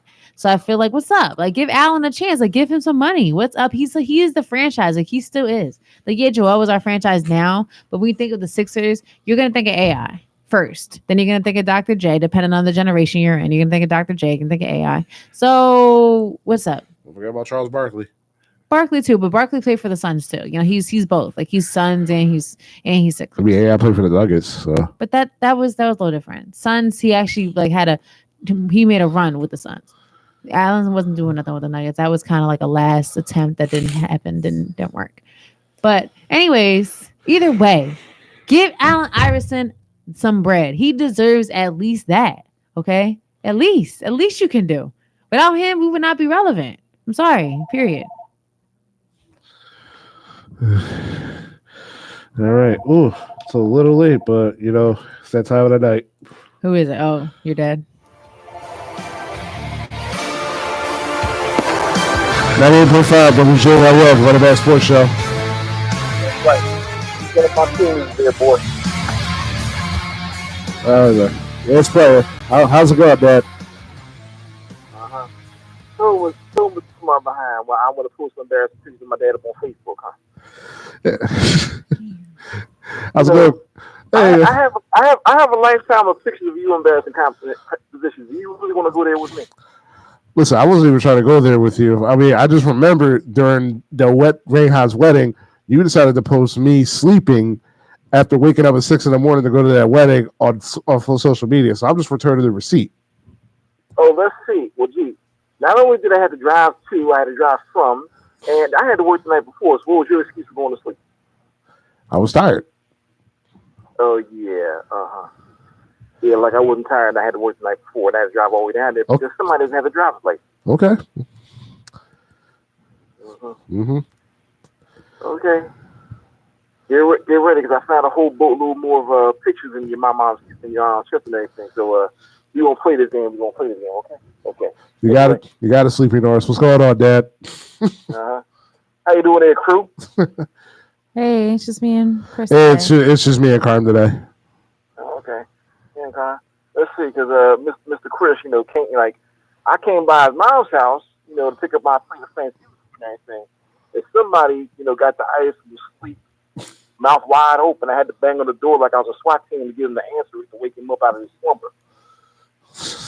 Huh. But I ain't naming no names or anything. So somebody decided to take a picture of me sleeping after I ate and everything. Like, cool, though, it's all good. And he should know by now I'm a very petty man. A very petty man. So anyway, to the Birds. What I was afraid was going to happen happened. They played down to the Giants so bad, and the Giants did everything in their power not to win that game because they couldn't capitalize. Because Jalen Rager did his best Stone Hands impersonation. Nate Herbig got not one, but two holding penalties, one which wiped out Boston Scott's touchdown. Boston Scott had that bad fumble. Okay, and we abandoned the run. I mean, tell me, did I miss anything else? The 3 interceptions, but yeah, you covered everything. Trust me, I'll get to that too. And why is my spider sense tingling that Jalen Rager was targeted 7 times, Devontae Smith Dallas Goddard was targeted 7 times total together? That, he got a call from like up high, the Golden Throne saying, hey, you know what? The run's working pretty good. We're winning and everything. Let's see what our boy Jalen Rager can do because he was number 1 pick last year. So you think the call came from Howard, came from Jeffrey Lloyd? I'm asking. I don't even know at this point. It does sound like something that they would do. Okay. So let's say that Jalen Rager is not a number 1 draft. Okay. We got to go. Everybody and their grandmother knew that Justin Jefferson was drafted. But how we go and see risk along with Jesse Berry. Not being able to be smart kid room. We're going to show everybody what we knew we're doing. We're going to treat Jalen Rager with Justin Jefferson. And Justin Jefferson's already at 1,000 yards. He's already going to do a Pro Bowl. Okay. In his rookie year. And he's going to do another one this year. And he was straight up. He had that. And on top of that, okay, everybody told Howie, and told Jesse Berry, that they would take Justin Jefferson. But because they arrogance, their ego got in their way, I'm not sure everybody's wrong. We're going to say, okay, this is what we got. Mm-hmm. I mean, seriously. Chris Watkins is balling out for Jalen Rager. Yeah. Okay. Jalen Rager, when you know one draft pick is your comfort zone, he's on special teams and everything. Okay, it's time to raise the right flag. Okay. Before Devontae Smith, the last 2 number 1 wide receiver draft picks on special teams. Our favorite Whiteside had a couple of nights the past couple of weeks. But that's about it. Okay. Jalen Rager's not supposed to play. He might be a serviceable, at best, he might be a serviceable. And I'm special serviceable, number 2 receiver. But it looks like he's going to spend his career on special teams, being his 3rd or 4th option. Am I missing anything? No, hitting everything so far. Okay. And as far as the Sixers go, that game last night with Orlando was sloppy, it was nasty. They almost lost it again. Really just sure the team's getting back together, but I gotta say, what I saw over the weekend with Golden State, when they jumped out that lead and they just put it away, I mean, granted the whole team wasn't back together, but still. Yeah. Cause for worry. And it just makes me think the time frames for getting ready to finish with somebody that actually help the team and everything is nuts. What do you think about that? Yeah, Sixers they should have won that game like by a bigger margin. They just pulled the Sixers as always. Like the Magic didn't have anybody. They had no one. Everyone was hurt. Everyone like the Magic were playing with no one, and the Sixers still were like struggling as always. This is annoying. It's like, come on, Sixers. How about we just get it together sooner? Well, the Sixers don't have a coach. They don't have that one guy that you can count on to understand the two out with the three shot, three shot, three shot. Okay, the Golden State Warriors and Steph Curry, the Milwaukee Bucks had the Greek freak. Okay, the Lakers, when everybody comes out, the old school coming there, and they have LeBron James and James or whatever, what have you, staying in the system. And I'm going on the record. I want absolutely no part of Timber Walker. He's done. He's wasting 6. He's even in worse shape than mine. Yeah, I hear you. I don't know. Sixers, I don't know. It's just, I think with both teams this year, it's just kind of like whatever happens, happens. It is what it is. Obviously, the Eagles just have to work on everything as always. Quarterback, off wide receivers, our defense. We got to rebuild everything. But again, we're probably going to make the dumb decision when we draft. So, and then the Sixers, we just don't get the right kind of help that we need. It's like the Patty Mills pickup. I talked about this. The Nets pick up Patty Mills. Like we could easily try to pick up Patty Mills, like someone who's like legit a third option for them that Kyrie has not played yet. And we pass up on someone like Patty Mills. It's just like, okay, it's just typical Philly sports, my opinion. Daryl Morey is asking for million stars this guy for things he's not going to get it anybody in the league. He's going to be good luck. Right. Okay? He's a boss. Okay? And that's it. I mean, no matter what they get for him, they're not going to get the price they pay. No, they're not. But at this point, it's like whatever you can get back for him, if it be able to, improve the depth, especially when this team has been hit so hard in regards to COVID, just get what you can back from him and worry about everything else later down the line. Because I know that. You know that. The majority of the team knows that. Except for little pockets of names and everything. Especially if he's like in the franchise. There are more than the team understanding of what I said. Yeah. So, we are pretty much where we are. And it is what it is. I mean, I see really I feel like in front of if everybody's healthy and playing their potential and everything, we could do some damage in the playoffs, but they're still not a championship ready team. Okay? And the same goes for the Eagles because they're still rumbling.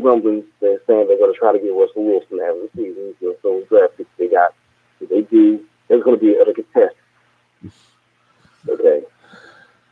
Don't be wrong. Russell Wilson is still a lead quarterback, but he's not what he used to. Now, granted, he does in jail and hurt. I'll give you that. But the team has so many other holes to fill. Okay, because you need at least 2 of those number 1 draft picks to have on defense. Mm-hmm. Yeah. Honestly, they're picking up the wide receiver. Yeah. Honestly, it's like Russell Wilson. If you do make that trade for Russell Wilson, it's not really going to change that much for Philadelphia because I don't think Russell Wilson at this point in his career is going to be a guy that can, you can lean on to, change your entire offense. We're seeing it right now in Seattle. That the entire Seattle team is sinking now because that entire organization is Russell Wilson or bust.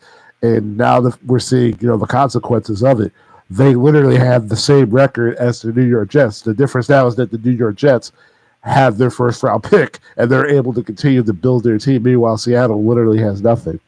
So, listen, if I'm Philadelphia, I'm keeping my picks, drafting defense, and unfortunately, you probably have to use at least like your first or your second round pick for a wide receiver to offset what's going on now with Jalen Reagor. And I'll take a white side. Yeah. He's in the back of the milk carton somewhere. Hey, he has 100% catch percentage this year. Yeah, you don't get any picks. You don't get any throws. Hey, and I'm gonna say this. They were talking about another radio station, but they made a very good point. Russell Wilson does not want to come to Philadelphia. The Philadelphia is in the Trailblazers. Some place like Washington, who has a decent defense and has some good skill players on offense, that'll be appealing to him. And dare I say it, some place like the New York Giants will be appealing to him too, because let's face it, they're doing stuff. Okay. Mm-hmm. But the Giants defense is halfway decent. Okay. And they have some decent skill players. Saquon Barkley and the receivers they have.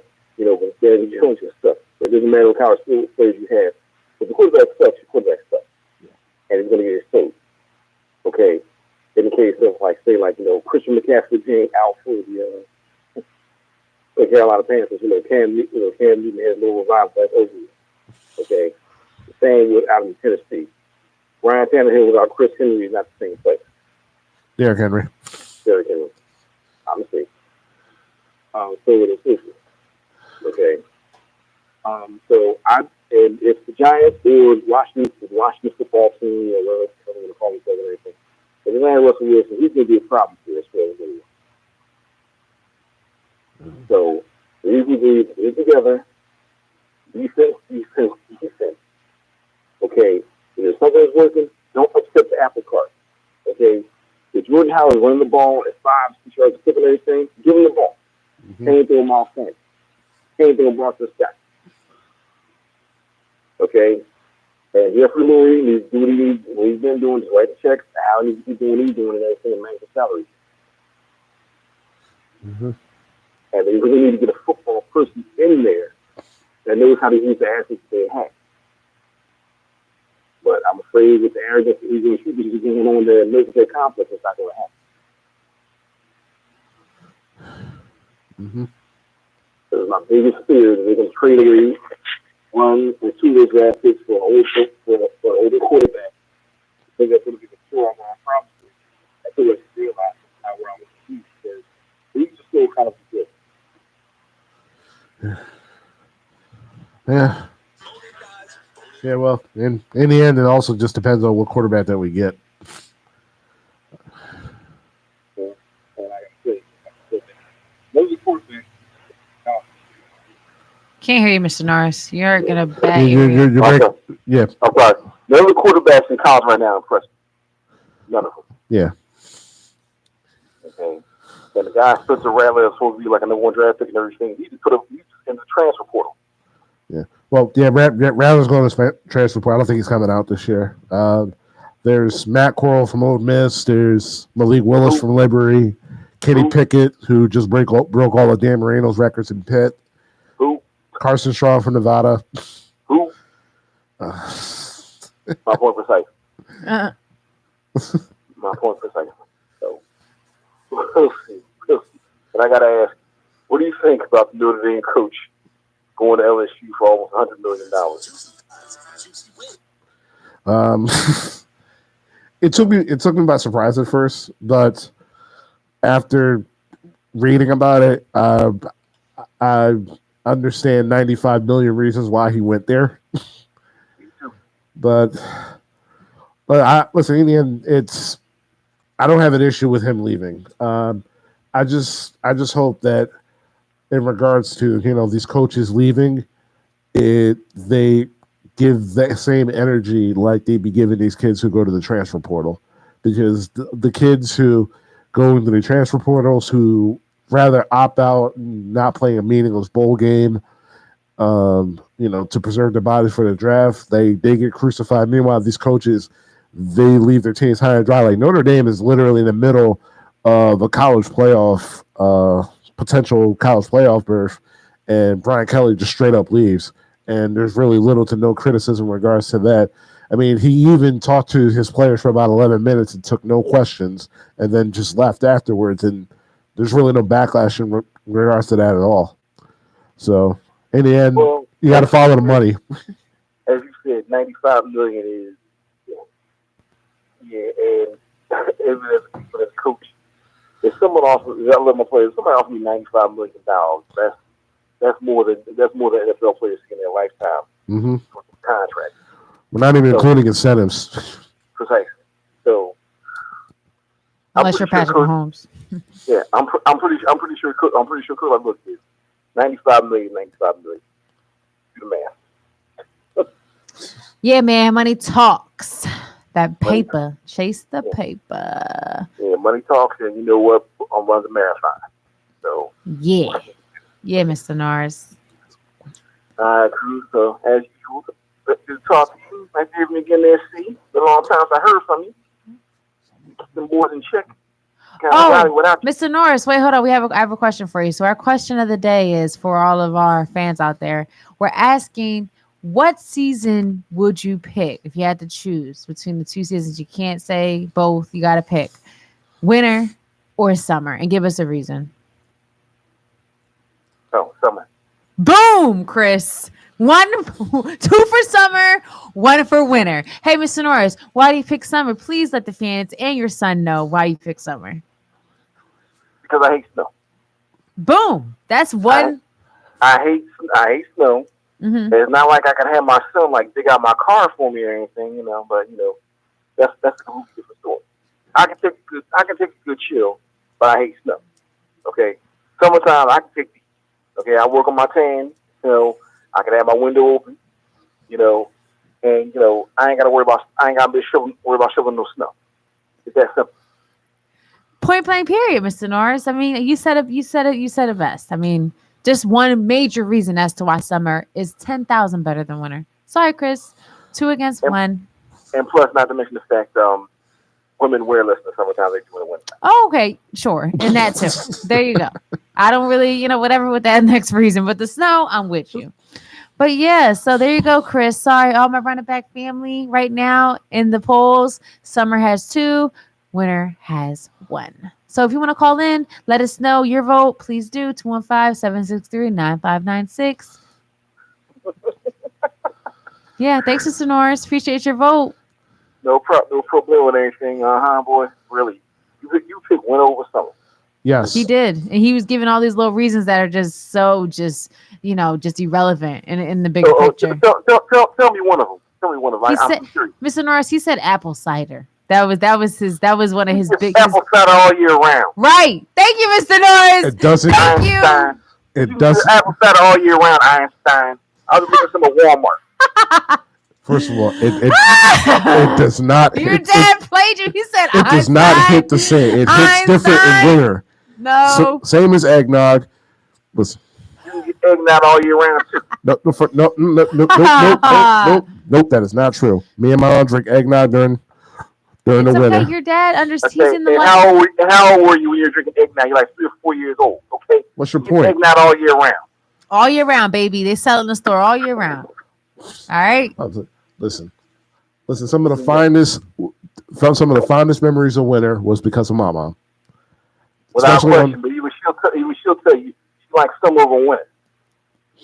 Thank you, Mr. Norris. I'm trying to talk to sense to him, but he's trying to tell me that winter just trumps summer, and I'm just like, that is a complete lie. No one agrees with that. Not to mention the fact we're not even going to talk about that winter where West Central Pike froze over, and I had to do a low call up a hill to get supplies for me and your mama.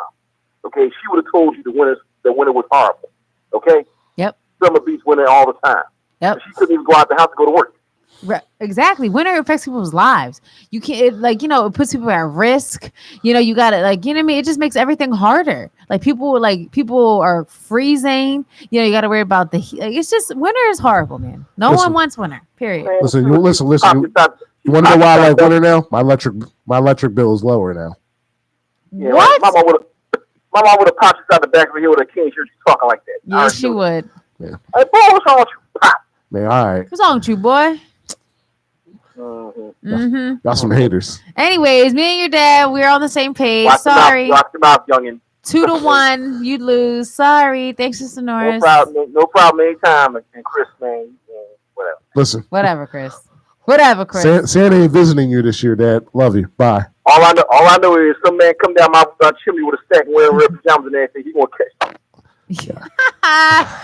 Okay, on that note. Santa Claus. I shot into the king of my house. All right, y'all, take it easy. Bye.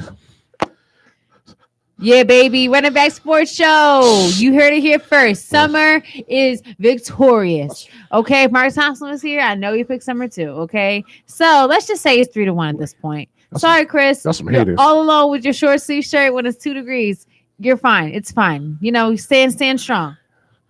But summer is obviously the better season. Anybody can call in, anyone. Please give me an argument as to why you think winter is better. Please. You get better music. You can listen to that music anytime. Listen, anytime. You listen to the Christmas music during the summer. I want a lot for Christmas. Play that right. I'm coming up 95. There is just something I need tonight. So be some random day in July. You'd be like, you know what? I want to listen to Mariah Carey. All I want for You Christmas. never heard Summertime and Christmas in Summer? You never heard of that? Merry Christmas, happy holidays, bring me summer, bring me summer, happy summer days. Woo! You know what? In the words of Curtis Payne, you a hater.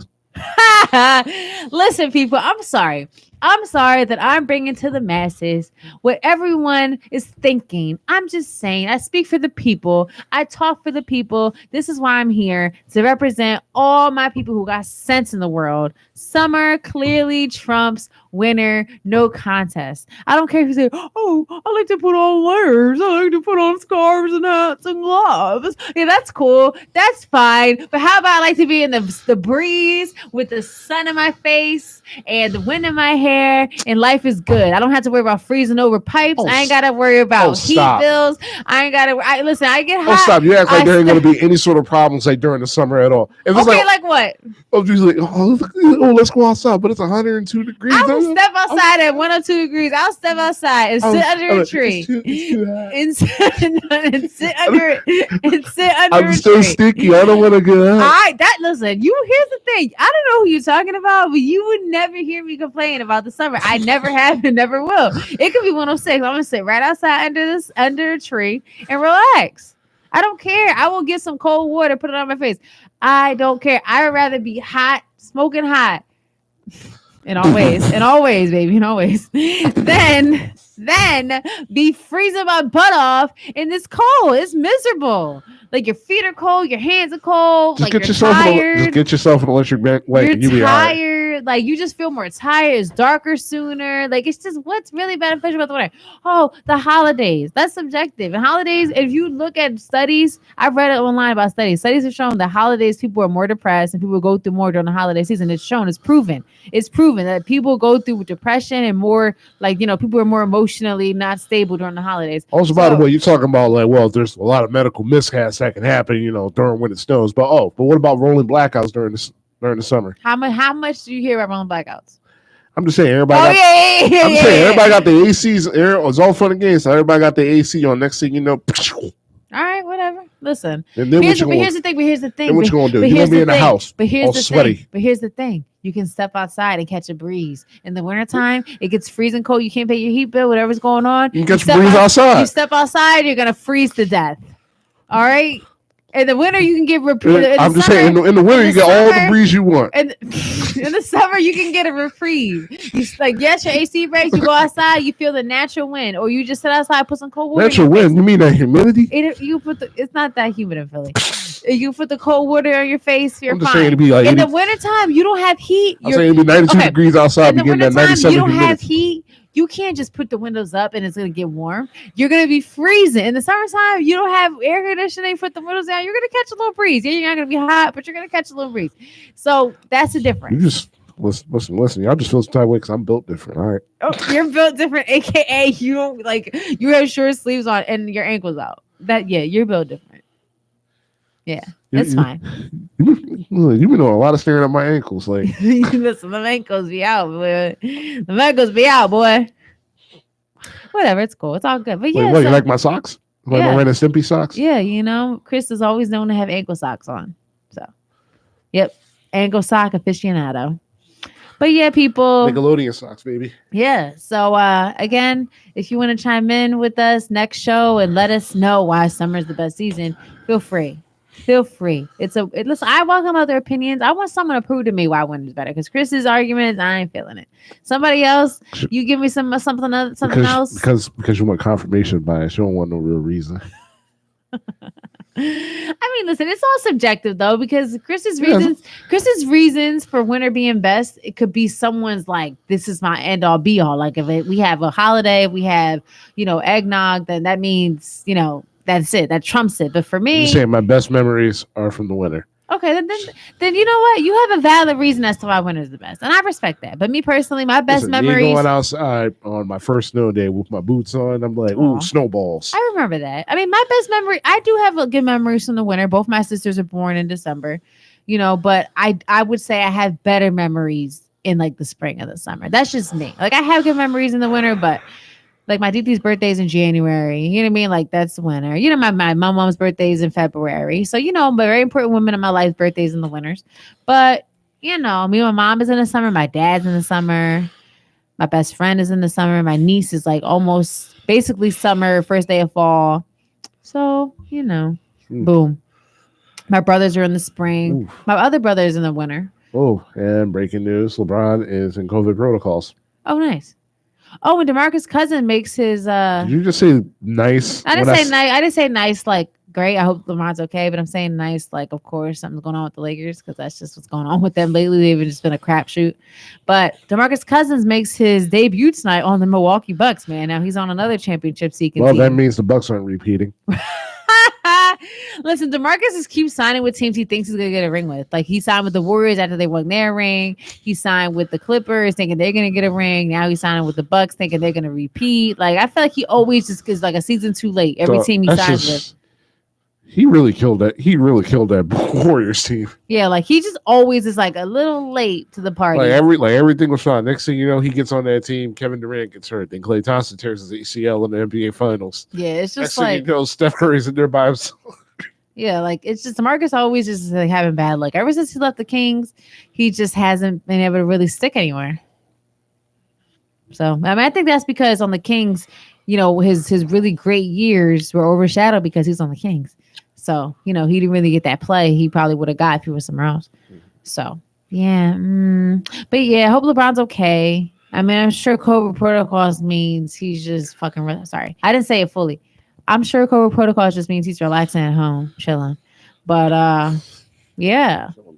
I mean, tonight... Who else is playing tonight? I know the Bucks... I know the Warriors and the Suns on TNT at 10:30. Who else is playing before that?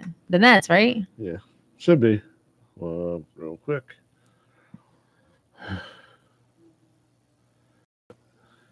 Let's see. We got Battle New York, Knicks versus Nets. What time? 7:30? Yeah. Mm-hmm. Memphis and Toronto. Obviously, the 10 o'clock Golden State. And be sure, at 10 p.m., we got the Detroit Pistons going to Portland to take on Dame Lillard in this Portland Trailblazers. I'm surprised they not got the 10:30 slot. Is this because that Warriors Suns game is so big? Yeah. I bet damn, Trailblazers, you got bumped off your spot. Yeah. I bet they was really thinking about it. It was like, yeah, these two teams are really good right now. We can't ignore that. No, yeah, facts. It's like, Portland, we love you. We're getting paid to put you at the 10 o'clock slot, but we ain't doing it tonight. Yeah. Yeah. And then, the Lakers and the Kings. Oh, Lakers and the Kings. Okay. Mm-hmm. Yeah. So, I really just I'm waiting to see what. And tomorrow the Sixers are back in action. They play. They're on the road in TD Garden against the Celtics. Nice. Maybe we'll win that game. Yeah, maybe. But I'm sure Jason will drop 40. Now I'm about to say the way Jason Tatum's playing, maybe we might have a shot. Yeah, he hasn't been playing that great lately. But Jaylen Brown's out still? I think so. Yeah. Okay. Well, you never know. The Celtics like to beat us badly all the time, so maybe they'll win. Who knows? Yeah. It's like a Celtics tradition to beat the Sixers. Like, trash the Sixers. What is that, curb stomp? Yeah. Curb stomp the Sixers. Stop it. That's their theme. Hey, Boston, play like crap? It's okay. Curb stomp the Sixers. That'll make up for it. Anyway, this has been Chris Thomas. It's your girl, Carm. You've been listening to the Running Back Sports Show, Sports for the Culture, every Tuesday from 5 to 7 p.m. Eastern. Be sure to tune in next week for a 2-year anniversary show. Until next time, we will see you later. Later.